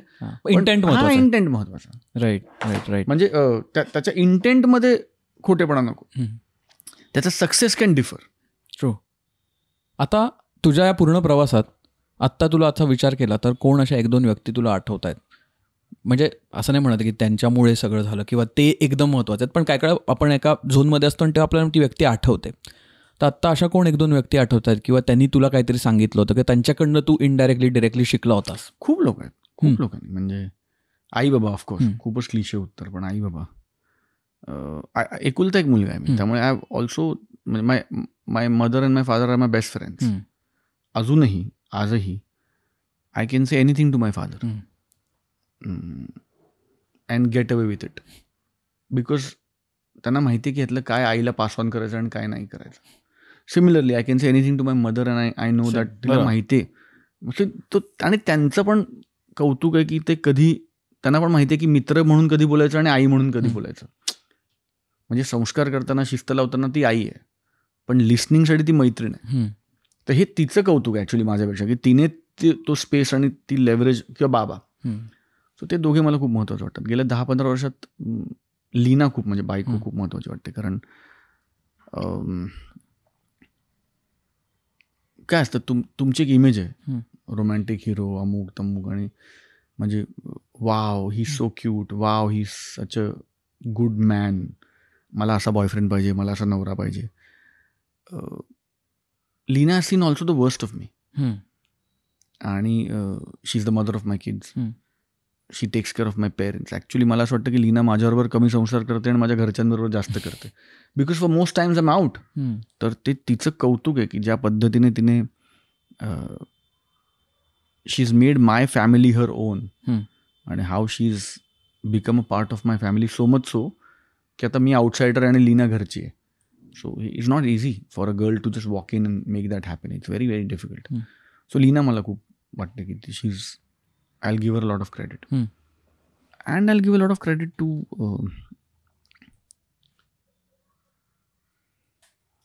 my directors, my producers, my actors, my friends in the industry. I think they've really, really helped me be a better person at different times and places. And I will give a lot of credit to the calamities that came in my life. Because success teaches you nothing. Failure teaches you everything. Right. Success actually takes something away from you. It erodes you. Failure gives you something. If you can take it in the right spirit. बरोबर. Success तुला शिकवत काय नाही. Success तुला बिघडवतं. खरं. Failure तुला शिकवतं. So ते तुला कळलं पाहिजे. ट्रू. आणि असं हवेतच एक सिरियसनेस आला रे. अरे एकदम वाईबच सिरियस झालं रे अचानक. आणि वायफळ ना एकदम स्लो पियानो वगैरे वाजतोय मायनर स्केल मध्ये एक टंग टंग टंग टंग टंग टंग टंग टंग टंग टंग टंग. नाही, पण हे खूप महत्वाचा मुद्दा आहे. ऍब्सोल्युटली. आणि सिरियस वाटलं तरी आहे, म्हणजे असं सगळं आम्ही काय आयुष्य सगळं असं नसतं किंवा असं पण नसतं. ते असं आपण काय एंटरटेनिंग नाही होऊ शकत ना. आपण म्हणजे फिलॉसॉफिकल, प्रीची, बोरिंग सगळ्याच्या, म्हणजे ते सगळ्या तो अल्गोरिदम करायला पाहिजे ना. खरं खरं खरं. हे सगळं करताना तू जसं म्हणालास की डाऊन टाइम्स पण असतात, किंवा आपले टेस्टिंग टाइम्स असतात, किंवा चॅलेंजेस असतात, फेलियर्स असतात. आणि क्रिएटिव्ह करिअरमध्ये असल्यामुळे बऱ्याचशा या गोष्टी खूप सारख्या आपल्या अप्स अँड डाऊन्स सारखी ती सायकल आपल्याला फार पटापट बघायला लागते. तर ह्या सगळ्यामध्ये तू तुझं मेंटल बॅलन्ससाठी काय करतोस, किंवा तुला काय लिहायला आवडतं का, किंवा काही दुसऱ्या ॲक्टिव्हिटीज करतोस का? हो, मी लिहितो. मी थोडंसं समाजभान ठेवून काही ना काहीतरी करत असतो. पण I am very very sure that I never talk about it. Even here I will not talk about it, because that's for my happiness. बरोबर. ते मला इंस्टाग्राम पोस्टवर टाकण्यासाठी नाहीच आहे. राईट. पण हां, माझ्या आयुष्यातला, माझ्या अर्निंगमधला काही भाग हा परत या ना त्या रूपाने समाजात येतो. ज्यांना माहिती आहे त्यांना माहिती आहे मी काय करतो. सो आवडतं मला ते करायला. कधी कधी आय थिंक काय करतोस ते त्याच्याबद्दल म्हणजे तसं म्हणालास तू, यू वोंट शेअर दॅट, पण मला ते का करतोस हे जास्त महत्वाचं आहे. काय मला असं वाटतं की आपण ज्या समाजाने तुम्हाला मोठं केलं, तुम्ही त्या समाजाचं देणं लागतं, आणि या ना त्या पद्धतीने तुम्ही ते देणं चुकवायचं आहे. हा विचार माझ्या वडिलांनी माझ्या मनात पेरला. बरोबर. माझे बाबा रक्तदान शिबिराचे कॅम्प्स आयोजित करायचे, आणि माझ्या वडिलांच्या नावावर खूप, म्हणजे ऑलमोस्ट 15,000 बाटल्या रक्त जमवलं आहे बाबांनी. आणि त्यांचं इंडियन रेडक्रॉसबरोबर खूप मोठं असोसिएशन आहे अनेक वर्षांचं, आणि अनेक हजारो लोकांना मदत केली बाबांनी, रक्त मिळवून दिलं त्या काळात, जेव्हा रक्त was a very very rare thing, आणि ब्लड डोनेशन ड्राईव्ह आणि सगळं इतकं रेडिली अवेलेबल नव्हतं, सगळीकडे नव्हतं. सो ते त्यांच्याकडनं बघ. आणि he started at a very young age to do that. He lost his mother, म्हणजे बाबांची जी आई आहे खालची, ती सावत्राई, he loved her like a real mother, तो मुद्दा नाही, मी फॉर इन्फॉर्मेशन सांग. Biological mother died when he was 1 and she died for want of blood. ते जेव्हा मोठे झाले तेव्हा त्यांनी आजोबांना विचारलं की आजी म्हणजे आई कशी गेली, तर आजोबांनी सांगितलं की तिला तेव्हा वेळेवर रक्त नाही मिळालं. तर ते त्यांच्या मनात कुठेतरी होतं, म्हणून त्यांनी कॉलेजमध्ये असताना 11वीत पहिला ब्लड डोनेशन कॅम्प ऑर्गनाईज केला ₹1.5 खर्च करून. कारण 4 आण्याचे 6 चहा मागवले त्यांनी ब्लड बँकच्या लोकांना द्यायला, दॅट्स इट. बाकी काही खर्च, कारण ते फुकटच करायचं ब्लड रेड क्रॉस. आणि तेव्हापासून नंतर त्यांनी 26-27 वर्ष रक्तदान शिबिरं ऑर्गनाईज केली जागोजागी शहरात. आणि मग ते रक्तदान शिबिरं करून थांबायचे नाही, ते गरजू लोकांना रक्तदान म्हणजे रक्त अवेलेबल पण करून द्यायचं. म्हणजे जेव्हा रायट झाले होते तेव्हा बाबा पोलिसांच्या गाडीमधनं फक्त hospital to hospital blood management करत फिरत होते जेव्हा लोक घरात बसले. तर मी ते सगळं बघितलं, आई बाबा आणि आई त्यांच्या खांद्याला खांदा लावून हे सगळं करत होती पूर्ण वेळ. सो बाबांनी हे मनात खूप डेफिनेट ड्रिल केलं की तुम्ही ज्या समाजात नाही येता त्या समाजाचं तुम्ही काहीतरी देणं लागतं. सो ते त्या भावनेने मी चॅरिटी करतो, both in cash and kind. म्हणजे काही ठिकाणी मी पैसे देतो, काही ठिकाणी मी वेळ देतो, दोन्ही करतो. पण मी गरजू लोकांना मदत करत नाही, कारण गरजू ही इतकी व्यापक म्हणजे ह्याची विश्लेषक हे आहे की गरजू म्हणजे काय, तुला वाटते तू गरजू आहेस पण मला. सो तसं न करता मी संस्थांना डोनेट करतो, मी इंडिव्हिज्युअल्सना पैसे हातात देत नाही. कारण with time I have realised की लोक हल्ली दादांत खोटं बोलतात. अरे बरोबर. तर मी माझ्या काही संस्था आहेत त्या संस्थांना मदत करतो, पैसे देऊन किंवा धान्य देऊन किंवा काय पुस्तकं देऊन माझ्या परीने, आणि वेळ कधी कधी ते करतो. सो मला याचं महत्त्व असं वाटतं की it resets your button, it resets you. मी लिहितो, मला लिहायला आवडतं, पण परत ते माझ्यासाठी. ते चांगलं वाईट मला माहिती नाही, कारण जोपर्यंत ते तिसरा माणूस ऐकत नाही तोपर्यंत ते इव्हॅल्युएटच होणार नाही ना. कदाचित अत्यंत गलथान असेल, बरं, कदाचित ब्रिलियंट असेल, either ways I don't know, because ते तिसऱ्या माणसाला माहितीच नाही. पण मी लिहितो, पण माहीत करून पण द्यायचं नाही, कारण ते माझ्या स्वतः माझा कथार्सिस आहे, तो माझा एक्झॉस्ट आहे. बरोबर. मला असं वाटतं की माझी कला ही मार्केटमध्ये आहे, माझे इमोशन्स नाहीत. अरे वा. सो हे माझ्या इमोशन्सचा भाग आहे ना, ते मार्केटमध्ये अवेलेबल नाहीत. My acting is available in the market, my emotions are not. खूप बाप थॉट आहे. तर ते मी माझं करतो. So I write, I do some little bit of charity and I also listen a lot. म्हणजे मी खूप यंगस्टर्सना भेटतो, खूप लोक म्हणजे जनरली लोकांचे ना खूप, म्हणजे मी माझ्या परीने जे खूप लोक असतात ना, मी पुण्यावरनं आलो आहे, मी इथनं आलो आहे, मी तिथनं आलो आहे, आणि ते वेगळ्या नोशन्स घेऊन येतात लाईनबद्दल. So I do sessions with them, seminars with them, very non monitoring. म्हणजे कोणतरी फोन करतो की अरे माझा असा मित्र आहे सुयोग, तो दापोलीवरनं आला आहे आणि त्याचं काहीतरी असं एक वेगळेच विचार आहेत. मग अशी 5 लोक भेटतो आणि मी त्यांच्याबरोबर 2 तास त्यांची शाळा घेतो प्रॉपर, आणि I try to make them unlearn what they come with. कारण मला असं वाटतं की आपल्याकडे काय होतं, आपल्याकडे जे शिकवलं जातं ना क्रिएटिव्ह आणि जे वापरलं जातं ह्याच्यात खूप तफावत आहे. म्हणजे आपल्याकडे शिकवलं जातं हे आणि वापरावं लागतं हे. बरं. तर हे शिकलेला माणूस इथे येईपर्यंत तो इतका फ्रस्ट्रेट होतो. बरं. पण तू मराठी डेली शो शूट करतोयस आणि तू जर विचारलंस की पण स्टॅनिस्लॉव्स्की तर असं, तर तो म्हणाल की थांब ना, हा क्लोजअप दे पटकन, मला टेप पाठवायचे, एपिसोड टेलिकास्ट आहे.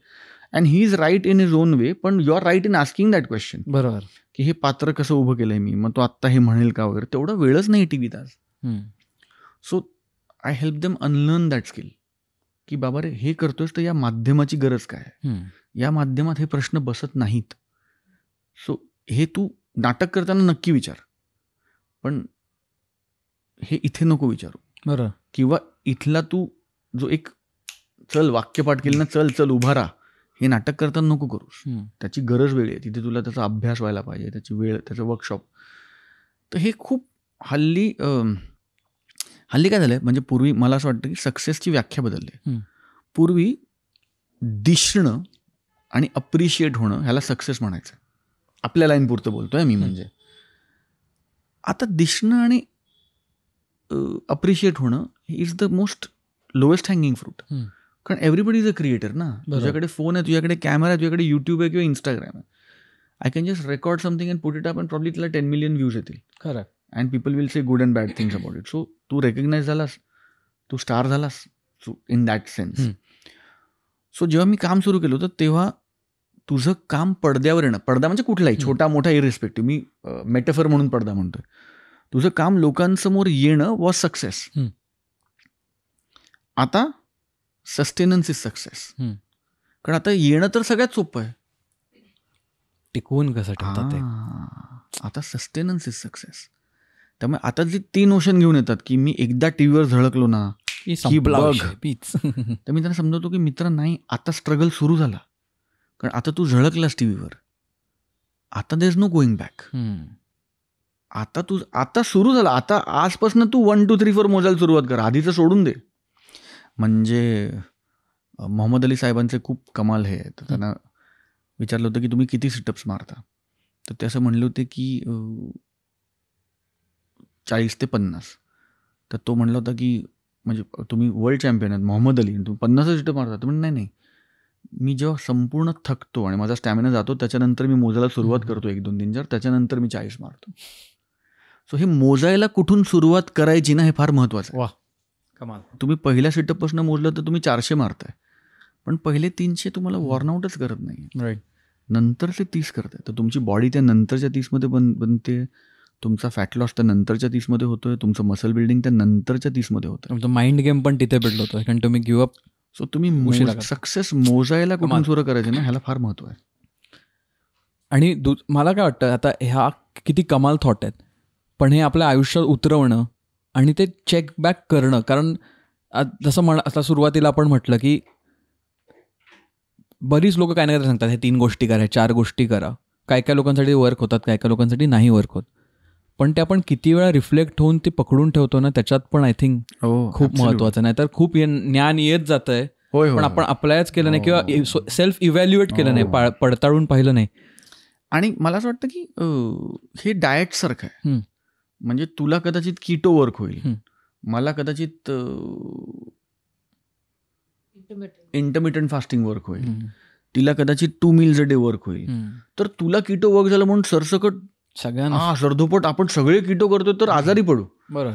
तर ते इतकं इंडिव्हिज्युअल आहे ना, तर success is very individual. So is failure and so is the analysis of it. तर ते म्हणजे ह्यांनी यूट्यूब चॅनल काढलं आणि आता हे वाचतंय म्हणून मी यूट्यूब चॅनल काढावा आणि मग तो वाजावा, हा अप्रोचच नाही वाटत मला बरोबर. हा अप्रोच नसावा. तर ते यंगस्टर्सना सांगणं मला असं वाटतं की समाजसेवाच आहे, जे मी करतो. राईट. आणि आय थिंक हे कुठून येतंय सुद्धा मला असं वाटतंय, कारण तू ज्या व्यक्तींना भेटला असशील, एकदम पहिलाच एक्सपिरियन्स, जसं रामानंद जिनी तेव्हा जसं सांगितलं, आणि ते आपण आय थिंक सबकॉन्शियसली ना आपण ते ग्रास्प करत जातो. त्यामुळे ते आपल्या बॉडी लँग्वेजमध्ये पण पुढे जाऊन येतं. कमाल. पण आय थिंक हे सांगणं किंवा हे डिस्कस करणं पण खूप महत्त्वाचं आहे. कारण जसं तू म्हणाल, बरीच लोक येतात आणि बाहेरनं एक वेगळं वाटतं, तिथे आल्यावर वेगळं असतं. आणि काय असतं रे, खूप there so much at stake when they come to Mumbai. Mumbai is a very ruthless city.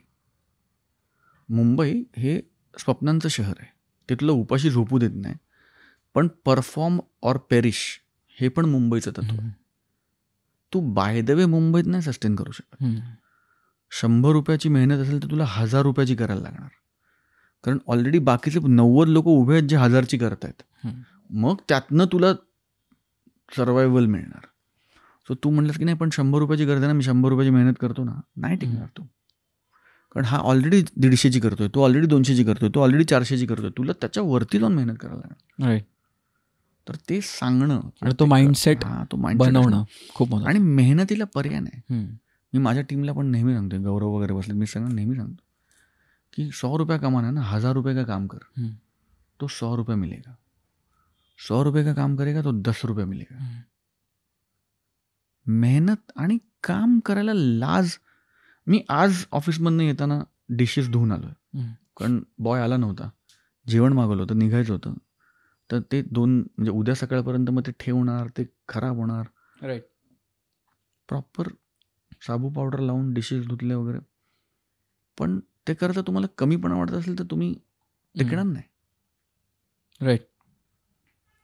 So दुसरा मला जो थॉट विचारायचा होता, एक प्रश्न होता, कारण की बरेचसे अस्पेक्टवर तू काम करतोस, म्हणजे ॲक्टिंग असेल, प्रोडक्शन पण झालं आता, ह्या सगळ्यामध्ये तुझी विजन कशी असते आणि what are you kind of trying to build for yourself? कारण तुझं बॉडी ऑफ वर्क कमाल आहे, पण तुझ्यासाठी ते अजून एव्हर इव्हॉल्विंग आहे, राईट? तर मग तू ह्या सगळ्या गोष्टी आणि तू हे कसं आहे? सो माझं एक तत्व आहे, I want to earn money so that I have to never think about money. That's the principle of life. इतके पैसे कमवा की पैशाचा विचारच करायला लागता का? That's a given. हा है. मग ते तुमची अमाऊंट तुम्ही ठरवा, ते किती असले पाहिजेत. ते एथिकल असावे, ते लेजिटिमेट असावे, ते लिगल असावेत. Apart from that, so my vision is that की I want to make people happy. I am an entertainer. म्हणजे बेसिक बायोडेटा काय की आय एंटरटेन. मग सिनेमा असेल, नाटक असेल, वेबसिरीज असेल, म्हणजे प्रोड्युसर असेल, ॲक्टर असेल, इरिस्पेक्टिव्ह आय एंटरटेन. तो इफ आय एम एंटरटेनिंग, म्हणजे my primary job is to entertain, then I need to bring a smile to your face. I need to entertain you. ती माझी clarity की I want to die an entertainer. I have come to life as an entertainer, म्हणजे as an entity म्हणतोय मी तुला. So I want to die an entertainer. In whichever form, in whichever way I entertain, I want to die an entertainer. आणि I see myself as somebody who is extremely happy and content. मी अत्यंत समाधानी. म्हणजे मी खूप पैसे कमवतो किंवा मला खूप पैसे कमवायचे आहेत, हा भाव बॅक ऑफ द माइंड आहे. ही धडपड नाही आहे.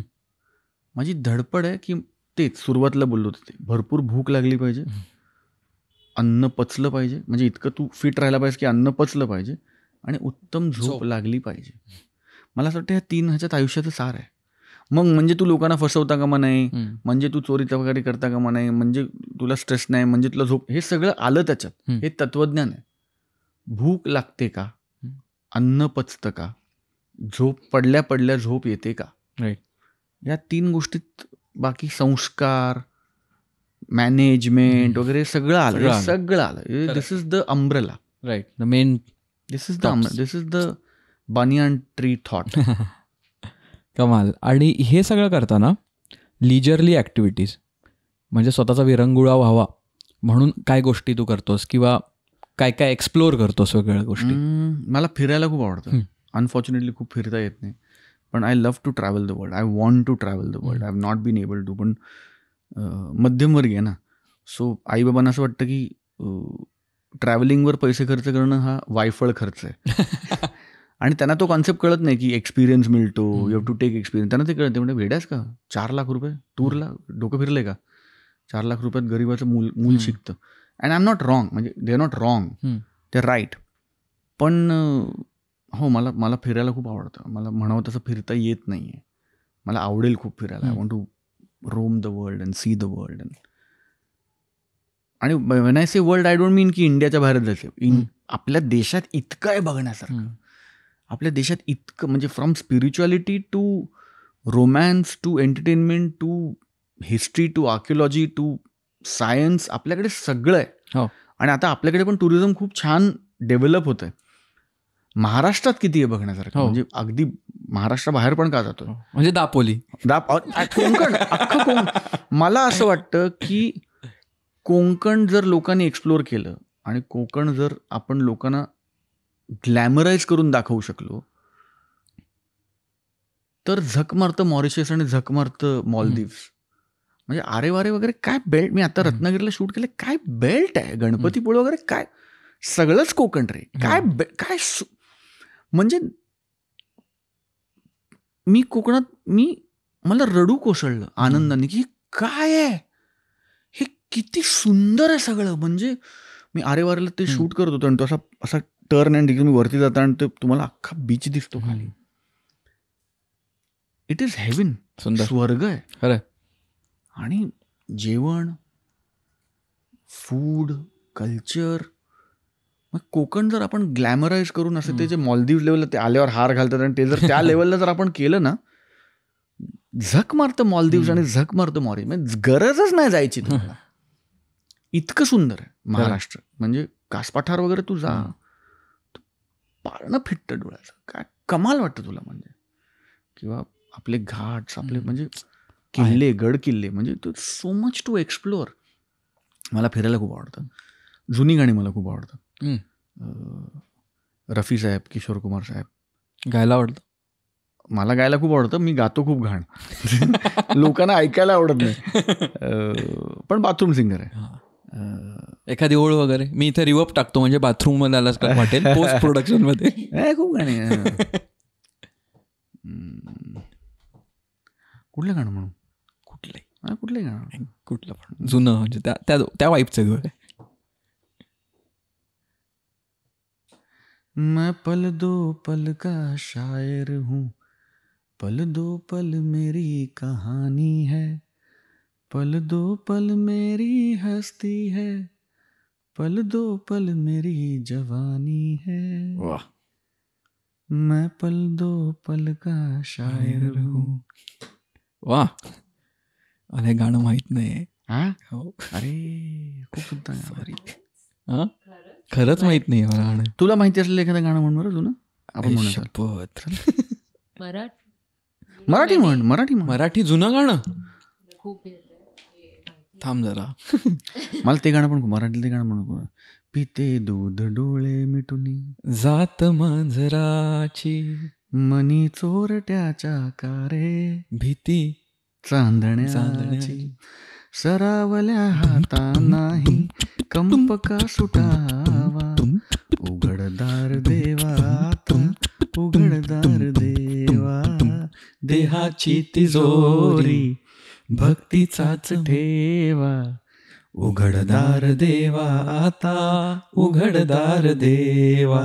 अरे मजा आली, एकदम मजा आली. एकदम दापोलीच्या एखाद्या देवळात संध्याकाळ सूर्यास्त होतोय आणि भोंगा असतो त्याच्यावर, किंवा पहाट आहे आणि सकाळी सकाळी भूपाळी लागते वगैरे. ते कमाल कमाल कमाल. माझा जो पाळणा तो डोक्यात बसलाय मला, तो हनुमान जयंतीच्या दिवशी सकाळी गातात तो, हनुमंता अंजलीच्या सूता बाळा जो जो रे. तेव्हा असं डोक्यात बसा तो माहोल मला दिसतोय. ते दापोलीतलं आमचं मारुती मंदिर, लोक तिकडे ते असे कीर्तनकार, कमाल. तसं माझ्या डोक्यात माहोल बसला की गणपतीचा पहिला दिवस मांडव घालून झालेला असायचा आणि रात्रभर मांडव धुवायचा. तर ती सगळी मोठी माणसं धुवायची. मी लहान होतो पण ते तू येते कोपरा वगैरे या लेवललाच होतो मी.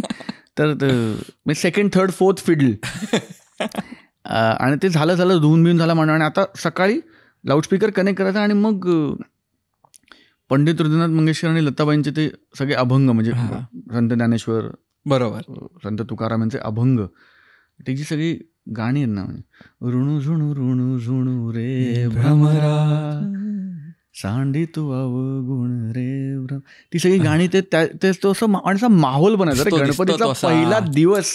ती रांगोळी, ती पहाट आणि मग सकाळी असं सगळे दरवाजे उघडायचे आणि मग सगळ्या गृहिणी म्हणजे काकू मावशी वगैरे सगळ्या त्या आंघोळ बिंघोळ करून तयार होऊन मग सुवासिनी सगळ्या याच्या. ओहो लाईफ असे आंब्याचे टहाळे वगैरे लावतात लोक. एक हार तरी राहिलाय आणायचा, ते घोड्यावर गाडी तयार व्हायची, ती रेकडी तयार म्हणून ती गणपती आणायची गाडी तयार व्हायची. आणि मग रात्रभर न झोपलेली पोरं जाऊन पटाक्कन 5 मिनिटात आंघोळ करून कुर्ते बिडते टोप्या वोप्या घालून मग गणपती आणायला एकदम रेडी. हो, ह्या जे आहेत ना मोमेंट्स, त्या मला खूप कमाल वाटतं. आय थिंक या कोर मेमरीमध्ये गेल्यात, या कोर मेमरीत गेल्यात त्या. म्हणजे I think will die with them. I wish we better, we are fortunate that we die with them. कारण त्या मेमरीज आता जसं राघव मायराला या मेमरीज माहितीच नाही, त्यांना कधी कळणारही नाहीत. म्हणजे त्यांच्यासाठी वेगळ्या असतील कोणत्या. मी नेहमी त्यांना गमतीत म्हणतो की तुम्हाला असं वाटत असणार की, म्हणजे पुलंचंच वाक्य ना, की कापूस हा गादीमध्ये तयार होतो, तो झाडावरनं येतो, हे त्यांनी they just don't know it. म्हणजे खरं unfortunate for them, very unfortunate. खरं, पण काहीतरी आपण प्रयत्न करून वेगळ्या त्यांना कोर मेमरी दिल्या पाहिजे. आपण त्यांना कोर मेमरी दिल्या पाहिजे. जसं मला मगाचं का उदाहरण नोलंदाचं झालं की जेव्हा तू म्हणालास ना की तू लहानपणीपासून आईबाबांना समाजकार्य करताना बघितलं आणि त्याची शिकवण ती ऑटोमॅटिक बसते आणि मग ते आपल्या हातून होतं, त्यामुळे ते आपल्याला नॅचरली वाटतं करतोय. ते तसंच कोर मेमरीचं पण आहे असं मला वाटतं. आमच्याकडे कोर मेमरी आहे जी अजून आम्ही पाळतो अजून की रात्रीचं मील एकत्र असतं आमच्याकडे. मग रात्री 1 जरी वाजला मला घरी जायला तरी आई बाबा जागे असतात अजूनही, आता विथ एज कधी कधी आईला नाही रात्रभर जागवत, पण मग रात्री दिवसभर काय झालं, मग तुझं काय झालं, मग माझं काय झालं, मग हिचं काय झालं, मग चांगलं काय झालं, मग वाईट काय झालं. म्हणजे जेवण झाल्यानंतर गमतीत आई म्हणायची की ताटं आणि हात दोन्ही सुकले पाहिजेत, इतक्या गप्पा व्हायला पाहिजेत जेवणाच्या टेबलवर रोज, कारण तो कथारसिस आहे. मग तिथे मी असं केलं, मग अमुक केलं, मी अमुक झालं, मग प्राचीला मी ओरडलो, मग आई म्हणणार की नाही तू चुकीचं केलं, असं नाही कर. मग नेक्स्ट डे मी प्राचीला फोन. सो हे जे व्हायचं ना, हे जी गिव्ह अँड टेक होती ना, ती आमच्याकडे अजून होते थँकफुली. आणि आता हळूहळू आम्ही राघव मायराला त्याचं पार्ट करायची सुरुवात केली की त्यांना आता मोठे झालं, त्यांना सांगितलं की तुम्ही आता डायनिंग टेबलवर बसायचं आमच्याबरोबर. आणि तुमच्या पण दिवसात काय झालं, मग काही की ह्यानी माझं काय पेन्सिलच घेतली, त्यांनी खोट रबरच चोरला, मी ह्याला ढकललाच, त्यांनी माझी चड्डीच खेचली, वॉट एव्हर, हे सांगायचं रोज आणि ते एक्सप्लोअर करायचं. आणि मग तर ते जे सांगणं आहे ना, मला असं वाटतं की it is meditative and it is also therapeutic. म्हणजे आपण आता we go to shrinks and we go to counsellors, आपण ॲक्च्युली काय करतो रे, आपण सांगतोच ना हे सगळं, आणि ते काय करतात, ते लिस्निंग करतात. आणि मग ते त्याला तुला एक रिझन, म्हणजे I am not undermining their job at all, ते they do a great job, पण हे सगळं आपल्याकडे इनबिल्ट फॅमिली स्ट्रक्चरमध्ये आहे, आपण ते मिस केलंय किंवा अनावधाने सोडून दिलं, माहित नव्हतं की हे ह्याच्यामुळे हे व्हायचं. हा, किंवा आता ती आपली कोर गरज राहिली नाही असं आपणच आपला समज करून घेतलं, किंवा टाइम वाईज ती प्रायोरिटी. आता काय झालं, आता नोकऱ्या लांब लांब आहेत, सो असं नाही अनेकांनाही करायची असेल, कदाचित करता येत नसेल. So I am not who are we to sit in the high chair and say की तुम्ही हे करत नाही वगैरे. Who are we to each his own. पण I would like to give Myra and Raghav this core memory की रोजचा दिवस एकमेकांना सांगता आलं पाहिजे रात्री. खरं आहे. आणि त्यांनी इनडायरेक्टली बऱ्याच गोष्टी बिल्ड होतात ॲज इन पर्सनॅलिटीमध्ये तुमच्या. कोर मेमरीज झकात असतात त्या. मला एकदम जेव्हा म्हणायला लागलं तेव्हा मला गुढीपाडवाचा दिवस आठवला. एक दिवस आधी रात्री गुढीपाडवाच्या संध्याकाळी मी, बाबा आणि आमच्या समोर दिलीप दादा राहायचा, 3 जण चालत आमचं जुनं घर आहे दापोलीला, ते गिमोण्याला, तिकडे जायचो.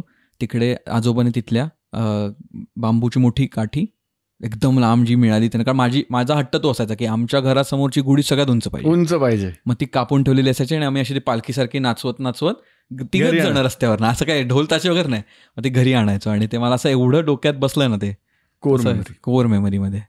छान. मला गावच नाही, मला गावचं घर नाही, दॅट्स अनदर थिंग, माझी खंत आहे. कारण तुझं आजोळ आणि सगळे एक जिना सोडून. आणि म्हणजे जसं मी गमतीत म्हणतो, माझं गाव गिरगाव, कारण गिरगावात जन्म आणि आजोबांपासून, म्हणजे वडिलांचे वडील अत्यंत तरुण होते तेव्हापासून ते सगळं असं म्हणतात की राजापूरच्या जवळ आमचं गाव होतं वगैरे, पण ते सगळं ऐकीव आहे. म्हणजे आणि आईचं पण सेम समोर होतं, म्हणजे खालची आजी वरची आजी सांगितलं, आजोळ पण. त्यामुळे मला गाव नाही. तुझ्या आईबाबांचं लव्ह मॅरेज. तळमजला, पहिला मजला, आंखो ही आंखो में, ते सगळं. सो त्यामुळे गाव नाही. सो ती माझी खूप मेजर खंत. म्हणजे तर ते मला एक परत काय करायचं, तर मला जसं मला जग फिरायचं तसं मला राघव मायराला एक गाव द्यायचंय. गाव म्हणजे अख्खं गाव नाही घ्यायचंय, पण त्यांना त्यांचं एक गाव पाहिजे की बाबा इथे एक छोटंसं घर पाहिजे, तुळशी वृंदावन पाहिजे, कौलारू घर पाहिजे, आपलं एक 4 तरी झाडं पाहिजेत आपली म्हणणारी, असला तर एखादा झोपाळा पाहिजे, जर पाणी लागलं तर विहीर पाहिजे. आणि ही त्यांना, म्हणजे मी त्यांना किती पैसे सोडून जाईन मला माहिती नाही, पण this is the legacy that I want to leave them with, की आपले घर आहे. मग ते आता कोकणात असेल का ते देशात, ते मला नाही माहिती, आत्ता माझ्याकडे तो व्हिज्युअल नाही, पण ते मला करायचं आहे. आणि परत तेच की त्याचा रिटर्न ऑन इन्व्हेस्टमेंट काय, ते चांगलं का वाईट वगैरे, हे सगळं महत्त्वाचं नाही आहे. त्यांना त्यांच्या मुलांना घेऊन इथे जाता आलं पाहिजे, ही लेगसी सोडता आली पाहिजे. राईट. की मग त्यांच्या पुढची जनरेशन म्हणतील की हे आमचं गाव आहे. म्हणजे जे मला वाटलं की मला गावच नाही, ते राघव मायरांना आणि त्यांच्या मुलांना वाटून नये, ह्याचा प्रयत्न तरी व्हायला पाहिजे. राईट. कमाल. आणि आय थिंक हा खूप फ्रेश थॉट आहे. मी हा कोणाकडनं ऐकला नाही. बऱ्याच जणांचं असं होतं की माहीत नाही, आजी तिकडनं आली होती, मग आजोबा पण माहीत नाही, आता कोण नसतं, एक लांबचे काका राहतात पण आम्ही जात नाही, असं बऱ्याच लोकांचं आहे. तर आय थिंक असा विचार केला तर तेही कदाचित त्यांच्यासाठी क्रिएट करू शकतात काहीतरी गाव नावाची फिलिंग. कारण कोणीतरी पहिल्यांदा गेलंच असेल ना वस्तीला. हो, असं काही जन्माला असं नाही होणार ना, कोणतरी सुरुवात असणार ना, आय थिंक की कुठनं तरी कुठेतरी आले आणि तिथे स्थायिक झाले आणि मग ते गाव झालं. 500 वर्षात ते गाव आहे. खरं. तर मी असा उलटा विचार करतो की आय एम व्हेरी फॉर्च्युनेट की मला आमच्या परिवाराचं गाव ठरवता येईल. You get to pick. I get to pick and then for the rest of the जनम्स जोशी कुठले, अरे इथले, स्वप्नील कुठले, अरे मूळचा तो हे असं होईल की काय माहिती अजून 500 वर्षानंतर. कारण ते कालांतराने ते मग तुमचं ते इट बिकम्स अ लेजेंड, नाही का? राईट. मग ती तुझी दंतकथा होते त्याची. हो, नाईस. तू ऑफन रडतोस? ऑफन नाही, पण मी रडतो. हो, मी हळवा आहे. हो, चांगला पिक्चर बघताना मी ढसाढसा रडतो. मी पण असं होईपर्यंत रडतो मी. चार लोक वळून बघतात.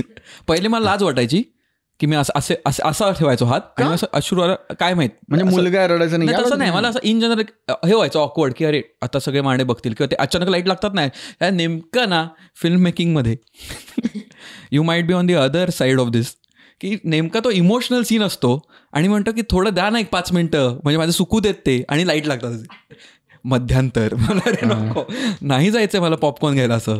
तर तसं मला खूप खूप रडायला येतं. पण मी आता बिंदास रडतो, म्हणजे मी नो फिल्टर. अरे मी तर कॅमेरा समोर होते ना 8व्या वर्षापर्यंत, मला तर फिल्टर हा कॉन्सेप्टच नाही. राईट. आणि मला असला तरी लोक ठेवू देत नाहीत आता because of being a public figure. Right. पण हो, मी पण रडतो, मला आवडतं रडायला. आत्ता लास्ट टाइम कोणती कलाकृती बघून तुला एकदमच आत्ता नाचगं घुमा, मी बनवला म्हणून नाही, पण नाचगं घुमाचा क्लायमॅक्स बघताना मी म्हणजे ढसाढसा रडत होतो पहिल्यांदा. रिलीजवर नाही, कारण आम्ही आधी बघितलं एडिट रूम मध्ये. पण जेव्हा मधुगंधा आणि परेशने आम्हाला दाखवला सिनेमा तेव्हा मी ढसाढसा रडलो. म्हणजे प्रॉपर या लेवलला रडत होतो मी. म्हणजे कमाल कमाल कमाल. कसं वाटलं तेव्हा एक ऑडियन्स म्हणून कसं वाटलं, आणि दुसरं बिकॉज यू आर प्रोड्युसिंग, तर ते कसं फिलिंग होतं की आपल्या हातभार लागून आपला हातभार. आम्ही 6 मित्रांनी प्रोड्यूस केला. बरोबर. मधुगंधा कुलकर्णी, परेश मोकाशी, मी, तृप्ती पाटील माझी जी पार्टनर आहे, शर्मिष्ठा राऊत आणि तेजस देसाई तिचा नवरा. So I M technically 1/6 the producer. So producer म्हणून खूप भारी वाटलं. पण मोर दॅन दॅट कलाकृती म्हणून खूप भारी वाटलं की अरे हे जसं व्हिज्युअलाइज केलं होतं परेश मधुगंधानी लिखाणात, जसं परेशला ते अपेक्षित होतं पिक्चरायझेशन, तर निर्माते म्हणून आपण 6 जण ते तसं ट्रान्सलेट करायला त्याला मदत करू शकलोय परेशला. बिकॉज फॅसिलिटेशन हे निर्मात्यांचं काम आहे ना, परेशचं काम आहे तू एक्झिक्यूट, पण thought to execution, to facilitate that execution is the producer's job, not the director job. डिरेक्टरला तुम्ही ते दिलं तर तो ते करणार. सो ते करू शकलो याचं समाधान होतं. आणि गोष्ट म्हणून फार भारी वाटलं की अरे वा, हे पोचतंय. म्हणजे जे जो थॉट जी 1 लाईन सेट आउट करायला निघालो होतो ते पोचतंय. तर फार भारी वाटलं होतं प्रोड्युसर म्हणून. ऑडियन्स म्हणून जास्त आनंद झाला होता, कारण ऑडियन्स म्हणून असं लक्षात आलं की हां, हे आवडणार आहे लोकांना, हे वर्क होत आहे, हां, म्हणजे लोकांना मजा येणार आहे. आणि मग पैसे कमवण्यात वगैरे तो आनंद होताच. बिगेस्ट शिकवण काय होती ह्या प्रोजेक्टमधनं तुला, नाचगं घुमामधनं? या कलाकृतीत मला खूप गोष्टी शिकायला मिळाल्या. पण मधुगंधाकडनं मी खूप कमाल गोष्ट शिकलो की यू हॅव टू थिंक, म्हणजे plan for the worst and hope for the best. So हा माझा थॉट नव्हता. I use to plan for the best and hope for the best. मी फेलियरचा विचार करून कधी काम नाही केलं. पण मधुगंधाने मला, तिच्याकडनं मी हा थॉट पिक केला की so she is inspired me. So that thought has stayed with me की नाही, तू सगळ्यात वर्स्ट केस सिनारिओचं प्लॅनिंग केलं पाहिजे ॲज अ प्रोड्युसर, आणि then hope that scenario never happens, पण you should be prepared for it as a producer. Right. So that's I think महत्त्वाची as a producer that's my learning from the film. I think तुझ्याशी बोलून मला काय जाणवतं माहिती आहे, तुझ्यात इनेटली आय थिंक ही तुझी क्वालिटी आहे स्वतःची, की बऱ्याचशा या ज्या प्रिन्सिपल लेवलच्या थॉट्स आहेत ना, त्या तू जबरदस्त ॲब्झॉर्ब पण करतोस, पण आय थिंक ते तू आर्टिक्युलेट पण करू शकतोस व्यवस्थित. त्यामुळे तू ते आय थिंक अप्लाय करायला पण ते इझी जातं. वेन यू कॅन आर्टिक्युलेट, काहीतरी आपण नीट मांडू शकतो, म्हणजे आपण घेऊ पण शकतो. I think I am blessed with words. I can, at the cost of sounding immodest, I can say that. पण मला या पूर्ण आपल्या कॉन्व्हर्सेशनमध्ये मला ते आय हॅव पिक्ड की थँक्यू. हो, मला मांडता येतं. हां, ते तितकं सटीक मांडता येतं. राईट. कमाल. आत्ता या घडीला what is keeping you the most excited आयुष्याकडे बघताना? Personally Myra and Raghav. अरे, they growing every day. I am getting to watch that. As a father I have decided की जर मी मुंबईत असेन तर मुलं उठताना किंवा मुलं झोपताना कुठलं तरी एकदा मी घरी पाहिजे, for sure. And I am trying to follow that. So मी आता मुंबईतच नाही 20 दिवस 25 दिवस लंडनला शूटिंग करतो, तर माझा इलाज नाही. पण फोन बिन हल्ली आहे ते सोपं आहे. पण मुंबईत असलो तर either when they are getting up or when they are going to bed, I am home to watch them, to cuddle them. तर व्हॉट इज एक्साइटिंग मी पर्सनली इज मायरा राघव. म्हणजे I am looking forward to every day, every new thing. काय होतं आहे, त्यांचे problems, त्यांचे issues, त्यांच्या गमती जमती. Professionally there is a lot to talk about. म्हणजे आय डोंट नो हा आता कधी येईल, पण बाईगा नावाची फिल्म येते जी 12 जुलैला रिलीज होते. सो इधर 12 जुलैच्या आसपास येईल किंवा फिल्म येऊन गेलेली असेल आणि लोकांना आवडलेली असेल. अजून 2-3 प्रोजेक्ट लाईन अप आहेत. नवरा माझा नवसाचा दुसरा भाग आहे, which is a cult film again. त्याच्यासाठी मी रत्नागिरीला आणि गणपतीपुळे शूट केलं होतं. स्टेशन ते आहे जिलबी नावाची एक फिल्म आहे, which is we are trying to introduce a cop universe in Marathi for the first time. मग एक प्रसाद खांडेकर यांनी डिरेक्ट केलेली फिल्म आहे. That's an out and out mad comedy with some brilliant actor actresses. तर ती एक फिल्म आहे. असं खूप इंटरेस्टिंग फिल्म्स आहेत. म्हणजे सो प्रोड्युसर म्हणून काही लाईनअप आहे, तो आत्ता अनफॉर्च्युनेटली सांगू कधीतरी आपण नंतर. आपण वेगळा पॉडकास्ट करू की त्याचा. पण क्रिएटिव्हली आता फुलफिल्ड वाटतंय तुला? हां, मजेशीर वाटतंय. Interesting phase in my life, interesting point in my life. Excited. झकास. पाय मोकळे करून घेऊ. हो ना, खूप वेळ बसलोय, जरा पाय मोकळे करूया. असं करा तुम्ही पण आमच्यावर 2 मिनिटं जिथे पण बसला तसे पाय वर घ्या आणि जरा असं करा बटरफ्लाय पोज. छान किती दिसते बघा. पण ऍक्च्युली छान किती दिसतंय बघ, खूप दिसायला नको. छान किती दिसतंय ते एकदा बघा. माझा काल लेग्स डे होता. हो ना. आज माझा आणि प्राचीचा जरा जड झाले. फुलपाखरू जमिनी लगत उडतंय. फार भरारी घेत नाही भरारी. हे मी मगाशी सांगणार होतो तुला. ऍक्च्युली काय बाप हेअरकट मला आवडला. अरे थँक्यू यार. पुढच्या कामासाठी ऍक्च्युली गेलंय. म्हणजे नेक्स्ट जे काही करतोय हल्ली खूप कठीण झालं रे. पूर्वी कसं होतं पटकन सांगता यायचं. आता नॉन डिस्क्लोजर ॲग्रीमेंट्स आणि इतकं पेपर वर्क आहे ना, भीती वाटते ऍक्च्युली की नाही सांगायला नको. पण खरं काहीतरी एक्साइटिंग करतोय त्याच्यासाठी चाललं. आय थिंक ते ओव्हरऑल तसं मी म्हटलं ना, फेशियल ब्रँडिंग आहे आमचं वायपडचं. तसंच एकदम माझं फेशियल ब्रँडिंग जरा एक मजेशीर आहे ना. हो, मला पण शार्प वाटते. पण फार मजेशीर वाटते. हां, मजेशीर वाटतंय. थँक्यू. म्हणजे मुलाकडनं आलं म्हणजे खरंच चांगलं दिसतं. नाही मला आवडलं खरं. थँक्स. आणि मला शर्टची प्रिंट पण आवडली खूप. अरे थँक्यू. मग मी लगेच माझ्याकडे त्यात जवळची. हा, कारण मला असं वायफळ होतं, त्यामुळे मला असं घरचे कपडे घालून यायचं होतं. असं खरं बंडी घालून करायला हवा एपिसोड. करायला पाहिजे रे. मलमलचं आंगडं आणि गंजी फ्रॉक. किती दिवसाने शब्द म्हटला मी. गंजी फ्रॉक आणि लेंगा. गंजी फ्रॉक आणि लेंगा. पट्ट्यांचा लेंगा. किंवा निळ्या वेगवेगळ्या शेडच्या स्ट्राईप्स. पटेरी निळ्या रंगाचा लेंगा किंवा अर्धी चड्डी. विजार हा शब्द माहितच नव्हता मला. विजार आपल्याला बेजार माहिती आहे फक्त. कोणाची नजार नको. वेगळ्या झोन मध्ये चाललेलं आहे. तो झोन नाही आपलाच. ए वेड्या एका मुलाचं विचित्र होतंय काय. सो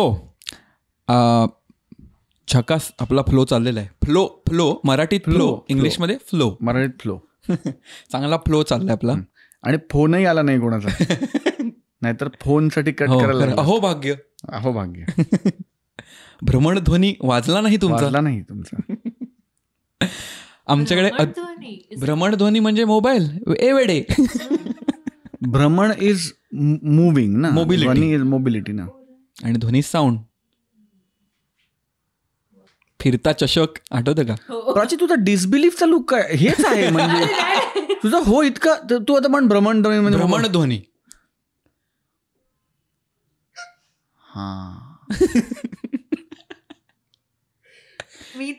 एवढा. आणि ह्यात का फसवू आम्ही तुला. म्हणजे ह्याच्यात फसवण्यासारखं काय. ह्यातनं कुठे आमचे गल्ले बँकेत काय होणार आहे ह्यांनी. पुढचं वाक्य असं नव्हतं की हे तू अजून 2 जणांना विक. मग त्यांना सांगते अजून 2 जण. म्हणजे ऑलमोस्ट मल्टी लेवल मार्केटिंगला तिने डिसबिलीफ दाखवला आपल्याला. स्कॅम कॉल्स येतात बघ. हो, ह्याला भ्रमणध्वनी म्हणतात. पोलीस में फोन करेगा मैं रख दो फोन वगैरे या लेवलला होती ती. भ्रमणध्वनी. ते थोडंसं ब्रेकडाऊन करून विचार करत होते की ओ अच्छा भ्रमण ध्वनी सगळं येते वगैरे. ही ळ वगैरे पण मस्त म्हणते रे. अरे गुजुगल मस्तच बसलाय तिचा. खूप प्रॅक्टिस केली. गुजुगल मस्त मस्त ळ वगैरे क्लीन म्हणते ती. कडक एकदम खूप छान. ण पण जमतोय तिला. हो ना. हो. षटकोणाचा ए थांब आता नको असं म्हणून. ओके असंच होतं पोटफोड्या बरेचदा. श आणि षटकोनातला श, शहामृगातला श. तो माझा गणलाय. माझा गणलाय. मला पोटफोड्या श, शहामृगातला श मला एफर्ट्स टाकून म्हणायला लागतो. काय झालेलं, आमच्या इंजिनिअरिंगला काशिफ नावाचे एक सर होते आणि उगाच आम्ही ते एक असं ना काशिफ सरांचं लेक्चर आहे काशिफ. मी तो श पोटफोड्या एवढा म्हटला की माझा मी शहामृग मी हरवून बसलो माझं. पण माझा पण स आणि शचा प्रॉब्लेम आहे. माझा हा दात आहे ना, हा दात थोडा वर आहे. हा त्याला काय म्हणतात? कॅनन. हा थोडा वर आहे. हा. पण apparently it makes my smile better. Oh. Apparently. त्यामुळे मला, आणि माझी बायको डेंटिस्ट आहे, हो. त्यामुळे ती म्हणली की ह्या नको, ह्याला काही नको करू स्माईल शेप. पण त्यामुळे Prachi, I am really sorry, please don't look at me like that. हो रे, ऑलमोस्ट टीचर म्हणून ह्याला नेत नाही कुठे मी, या लेवलचा लुक दिला तिने मला. Driver madam. हां पण ये क्या आयटम आहे ड्रायव्हर मॅडम? तुमच्याच होते ना प्रिन्सिपल. हो ड्रायव्हर मॅडम. तर मी ते नाही केलं. पण त्याच्यामुळे प्रॉब्लेम काय होतो, हा दात थोडा वर आहे. हां. मी तर हे म्हणजे ॲनालिटिकल हे होतो. त्यामुळे जेव्हा तू स म्हणतोस तेव्हा हलकीशी हवा या गॅपमधनं पास होते. हां. आणि लाईक असा बारीक शिट्टीचा फील येतो. त्यामुळे माझा स आणि श हे साऊंड मधलं आहे. हां. म्हणजे श ला श येतं, पण स ला स आणि श च्या मधला साऊंड येतो, कारण ती हवा पास होते, तिथून हवा पास होते. मग त्याच्यावर लोक म्हणतात की हा कसला हिरो, ह्याला तर स आणि श पण म्हणता येत नाही वगैरे. पण ठीक आहे म्हणजे मला नाही. लेवलवर गेले. फाउंडेशन लेवलवर गेले. हो स्ट्रक्चरल तो सांगतोय आता काय. आता मी हे पटवून दिलं की बघा, मागची कृती काय ती त्यांनी सांगितलेली. आता दाताचा प्रॉब्लेम आहे, माझा नाही. खरं.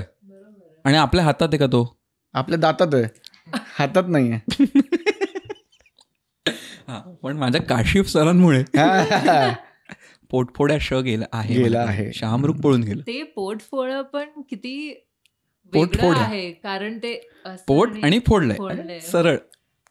कमाल बनवतात. किती सुंदर आहे ना. पण हो, पण माहितीये, आता परत पूर्ण वेगळं डिस्कशन आहे.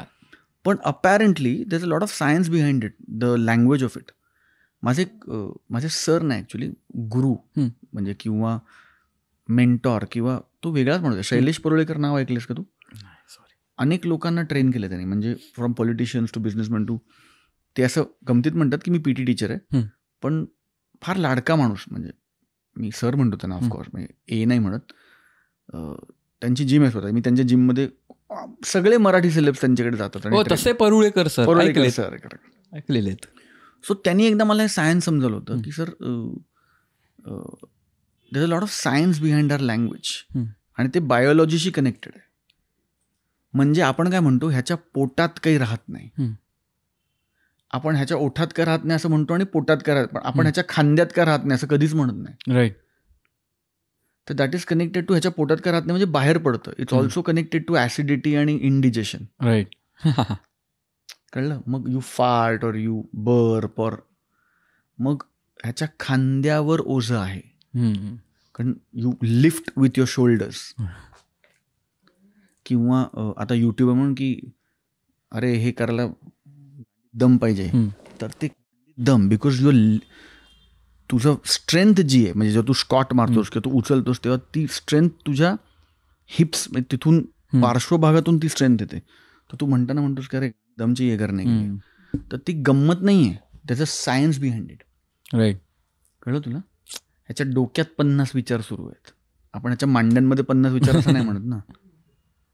सो ते ज्यांनी बनवले भाषा, त्यांनी त्याचा म्हणजे ते फक्त भाषा या इतपत मर्यादित न राहता त्याला सायन्स आणि बायोलॉजी आणि फिजिक्स आणि सगळं करून ते किती कमाल आहे बघ ना. खरं. पाठीवर ओझं, त्याचा कणा वाकला रे त्याचा, किती ओझ आहे त्याच्यावर, परिवार आणि सगळं. कारण spine is about stability. Right. नाही, come to think of it, उगाच नाही म्हणजे पोटावर पाय. पोटावर पाय. उद्या मी खाऊ शकत नाही, माझा बिझनेस खाऊ शकत नाही, माझा बिझनेस गेला तर. सी नाव यू आर टॉकिंग. किंवा की काय म्हणतात त्याला, काय ती उलट्या पावलांची वगैरे असं काय म्हणतात आपण, असं काहीतरी. सो एव्हरी टर्मिनॉलॉजी त्याला त्याचा सेन्स आहे की त्या अवयवाशी निगडीत ती गोष्ट आहे. ट्रू. किंवा बाहुबली म्हणजे स्ट्रेंथ, ती किती कमाल ना, म्हणजे भाषा आणि शब्द, गंमत. खरं. त्यानिमित्ताने सरांची आठवण झाली. परुळे कमाल माणूस, कमाल, केवळ कमाल माणूस, कमाल. He is again a giver, will give everything he has, दे देगा आपको जो है उनके पास. कमाल माणूस, कमाल. They don't make people like him anymore, unfortunately. Yeah we are very blessed that we know him personally, पण कमाल माणूस. ट्रू. मागच्याच एका भागात असंच बोलणं झालं होतं, असं नव्हतं झालं, पण मुद्दा तो होता की आपण काय म्हणतो ना की राईट टाईमला ही व्यक्ती मला आयुष्यात भेटली. तर त्याच्यावर डिस्कशनमध्ये असा मुद्दा झाला की ॲक्च्युली ती भेटली व्यक्ती म्हणून तो टाईम राईट झाला. नाईस. कारण म्हणताना पण नेहमी म्हणतो ना, अरे राईट टाईमला मला तो माणूस तिथे भेटला. नाही, तो भेटला म्हणून तो सगळा अख्खा टाईम राईट झाला. नाही तर नाईस, मस्त मस्त मस्त थॉटची फोड केली होती तेव्हा. ओ, इंटरेस्टिंग आहे. पण यू आर राईट. सो आता आपण आलेलो आहोत अद्भुत दरवाजा नावाच्या सेगमेंटकडे. बरं. सगळ्यांची लाडकी सेगमेंट आहे वायफळवरची. ओके. ह्याच्यामध्ये काय होतं, मी एक प्रेमिस देतो, एक सीन सेट करतो, तो त्याच्यात तू आहेस आणि एका ठिकाणी येऊन एका दरवाजापाशी तो सीन मी थांबवतो. ओके. त्या दरवाजाच्या पलीकडे काय आहे हे तुला इमॅजिन करायचं आहे. जे येतं आहे डोक्यात, जो काही आत्ताच्या माहोलमुळे, वातावरणामुळे जो थॉट येतोय किंवा तुला काय आठवत आहे ते तू शेअर करू शकतोस. त्याच्यात तुला बरीच मूव्ह आहे. तू काळ बदलू शकतोस, तू लोक बदलू शकतोस, तू कोणाला तरी तिकडे इंट्रोड्यूस करू शकतोस किंवा काही असू शकतं. It's all up to you. असंही नाही सगळं सायन्स आणि सगळं फॉलो केलं पाहिजे. म्हणजे जे काय तुझ्या मनात येईल ते. तर तसा असणार आहे. आणि मग मी तुला सांगेन की इथपासनं तुझ्याकडे, आणि मग तू आम्हाला सांग. ओके. Got it? सुपर. तर आपण आता सीन सेट करूया अद्भुत दरवाजाचा. जोशींचं गाव, स्वप्नील जोशींचं गाव म्हणून एक गाव आहे. आणि ते गाव तूच तुझ्या थॉटने, आता तू ती ओरिजिन स्टोरी करतोयस तू त्या गावाला, कारण तुला गाव नाही आहे तिकडे. तुला जसा एक डोक्यात होतं तसं तू ते घर बांधायला सुरुवात केलंस. आणि आज तू साईट व्हिजिटला गेलास, कारण आज मागच्या अंगणात, दोन्ही साईडला अंगण आहे, मागच्या अंगणाच्या एका कोपऱ्यात ना विहीर खणत आहेत.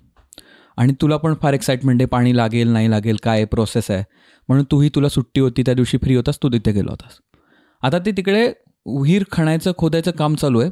आणि तू तिकडे बघतोयस कसं चाललं आहे काम छानपैकी. आणि इकडे तिकडे थोडं आजूबाजूला थोडे झाडं वगैरे लावले, तिकडे काय ऑब्झर्व करतोस, तू विचारतोस तिथे काय हे झालं का, ते करायचं होतं, ते डिस्कशन चालू आहे. त्याच्यानंतर ना तुला का माहीत, तुला वाटतं की तहान लागल्यासारखा फील येतो. तू म्हणतो मी पटकन पाणी पिऊन येतो. आणि तू असाच मागच्या दरवाजातनं घराच्या अंगण वगैरे क्रॉस करून दरवाजा एंटर करतोस. तिकडे तांब्या भांडं असतं ओट्यावर, तू पाणी घेतोस मस्त, एक पितोस, तोंड लावून पितोस एकदम बिंदास. आणि तोच ग्लास हातात घेऊन ना तू म्हणतो जरा पुढे जरा फिरून येतो आणि मग परत जातो तिकडे, काय ते विहीर खाण्याचं काम चालू आहे. आता तू पुढच्या दरवाजापाशी येतोस आणि त्याच्यानंतर तू त्या घराच्या परत बाहेर पडणार आहेस पुढच्या दरवाजातनं. आता त्या साईडला तुला काय दिसतंय किंवा कोण भेटतंय किंवा काय होतंय हे तुला इमॅजिन करायचं आहे. त्या साईडला आई बाबा आहेत आणि दे आर व्हेरी हॅपी की गावाला घर बांधलं आहे. दे आर व्हेरी हॅपी की आता हक्काचं एक गावचं घर आहे. आईला तुळशी वृंदावन पाहिजे होतं, ते तुळशी वृंदावन आहे पुढे. तिला नारळाची झाडं पाहिजे होती, आंब्याची झाडं पाहिजे होती, ती सगळी मी सांगतो की आतमध्ये मागे लावलेत. कौलारू घर आहे, मुलांना खूप मोकळं ढाकळं आणि खूप असं मोठं आंब्याचं झाड आहे पुढे, त्याला एक पार आहे. सगळी जुनी माणसं, आजी, म्हणजे दोन्ही आज्या, मामा मामी, काका काकू, सगळ्या आत्या, सगळ्या मावश्या, सगळे 10-15 माझे जे सगळे मित्रमंडळी त्या सगळ्यांचा गोतावळा आहे. तो सगळा गोतावळा आनंदी आहे, असं खूप सुखी समाधानी कपड्यांमध्ये. आणि सेलिब्रेशन आहे. आणि एकीकडे विहीर खणतात आणि एकीकडे जेवणच वाढलं जातं आहे. आणि एव्हरीबडी इज व्हेरी हॅपी. आणि मायरा राघव थोडे मोठे झाले आहेत, सो ते ॲडलेसन एजला आहेत. मायराला एक बॉयफ्रेंड आहे जो मला अजिबात आवडत नाही आहे. आय हेट हिम. उगाच ते खुन्नस खातोय मी. राघवला 3-4 गर्लफ्रेंड आहेत ज्या आम्हाला माहिती आहेत, पण त्याला वाटतंय की आम्हाला माहिती नाही. आणि तो सगळ्याला म्हणतो की नाही तो दोस्त आहे. अरे ही तर बाबी, ही तर मैत्रीण आहे. Leena is very very happy in whatever she is doing and सगळ्यांची काळजी घेते, ब्ला ब्ला ब्ला. आणि मग संध्याकाळी मी त्या सगळ्यांना सांगतो की विहीर खडून झाले, सगळं झालं, छान सेलिब्रेशन. आणि मी त्यांना सांगतो की आता तुम्ही निघा सगळे. म्हणजे चल तू पण चल आमच्यावर. नाही, आता मला एकट्याला राहायचं इकडे, like for a night I want to just be here. आणि मग सगळे जातात. आणि मग तोच सगळा परिसर आहे, तीच सगळी वास्तू आहे, ती पॉझिटिव्हिटी आहे दिवसभराची, त्या आयुष्याची सगळी मजा आणि ती सगळी पॉझिटिव्हिटी आहे. आणि संध्याकाळी आय एम सिटिंग देअर त्या झोपाळ्यावर and I am all by myself, with myself. And I'm looking back on the day. That day is a metaphor for life. And I'm just realizing that I've had a decent life. And that life has been grateful to me. And God has been kind. And I take a deep breath. I sit through the night. I probably listen to music.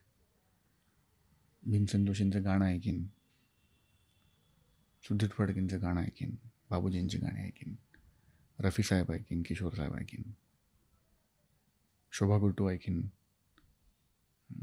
मध्ये एखादं गाणं गुणगुणीन, मग थोडा चालीन, काहीतरी खाईन छान. कारण imaginary आहे ना, जे पाहिजे ते खायला आले. मग तिकडे कदाचित पावभाजी खायला येईल, त्या आपणा आहे. आणि I am sitting with my core memory. I'm sitting with my happy space.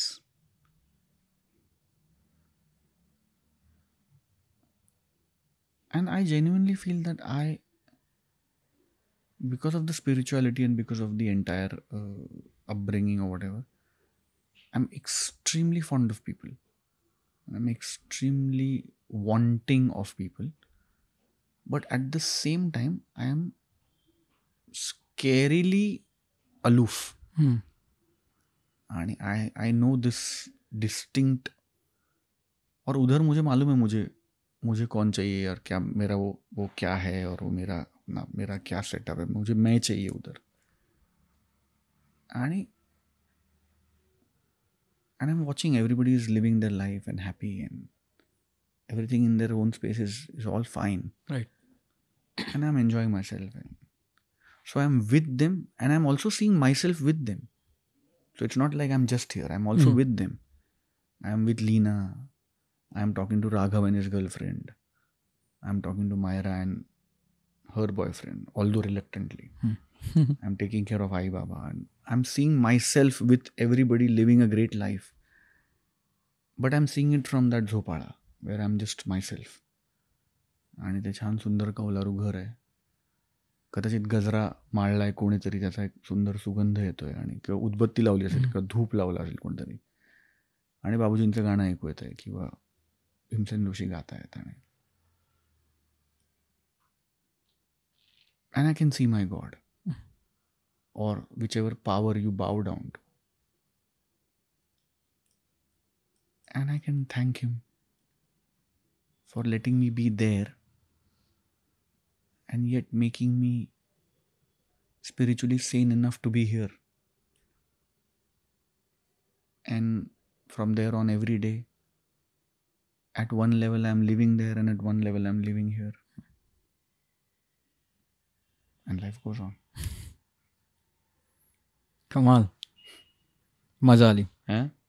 तुझे डोळे पाणावले. बरोबर, मी भाऊक आहे खूप. नाही, चांगलं आहे, nothing wrong with that. Means की पोचलं ते तुझ्यावर. नाही, खूप सुंदर, खूप सुंदर. How was your experience? Beautiful. Thank you. म्हणजे खूप दिवसांनी असा बसून विचार करता आला. कारण मी तुला मगाशी म्हटलं ना की मला काय आवडतं वायफळ, कारण तुम्ही फोकस्ड करता कोणाला तरी डिफोकस व्हायला. You are extremely focused about the fact की आपण डिफोकस व्हायचं आहे. It's not easy. आणि मला असं वाटतं की खूप दिवसांनी मी खूप वायफळ गप्पा मारल्या ज्या खूप अर्थपूर्ण होत्या. मजा. राईट. झकास, मजा आली. शब्द नाहीत माडे, शब्द वाचून कळले सारी, शब्दांच्या पलीकडले झालेलं आपलं. आम्हाला पण खूप जबरदस्त वाटलं. आय थिंक आपण कुठून कुठे काय काय चालू केलं आणि बऱ्याच गोष्टी आपण हात लावून आलो. पण जसं मगाशी म्हटलं की त्याच्या मागचे जे प्रिन्सिपल लेवल थॉट्स आहेत ना, ते आपल्याला डिस्कस करता आले आणि त्याच्या मागचं वाय बरेच वेळा आपल्याला डिस्कस करता आलं आणि ते खूपच व्हॅल्युएबल होतं आणि मला तर खूप शिकायला मिळालं त्याच्यातनं. आणि अगेन त्याच्यात परत आपण मस्त, जसं आपण म्हणत होतो की क्रिएटरची किंवा एक क्रिएटिव्ह पर्सनची life is always up and down, तसंच आपला पूर्ण फ्लो पण मस्त सिरियस लाईट खूप झकासरित्या झाला. त्यामुळे खूप जबरदस्त वाटलं. सो वेळात वेळ काढून तू आज आलास आणि आपल्याला ह्या गप्पा जबरदस्त मारता आल्या, त्यासाठी खूप खूप खूप खूप धन्यवाद. धन्यवाद. थँक्यू तुला पण. Thank you to Prachi also. I think खूप मजा आली मला. I think the two of you are extremely beautiful आणि so happy to have met the two of you and I wish only the best to both of you and to Vayfal and may the happy times continue. Yes, I hope they will. आमीन. तुला झोपाळ्यावर ना आम्ही दिसलो? हा, मला झोपाळ्यावरनं दिसलो ना. मला झोपाळ्यावरनं असं दिसलं की तू आणि प्राची कुठेतरी असं इटलीच्या एखाद्या गावात वगैरे सेटल झालेला आहे. अरे भाई साहब, I don't know your imagination, पण मॉझरेला चीज आणि पाव खाताय आणि मी विचारतोय की हे काय मॅशमेलन आहे का, तर माझे भाऊ म्हणतात नाही रे, वडापाव खातात त्यांचा. कमाल कमाल. जसं इटलीत नापोली तसं आपल्या इकडे दापोली.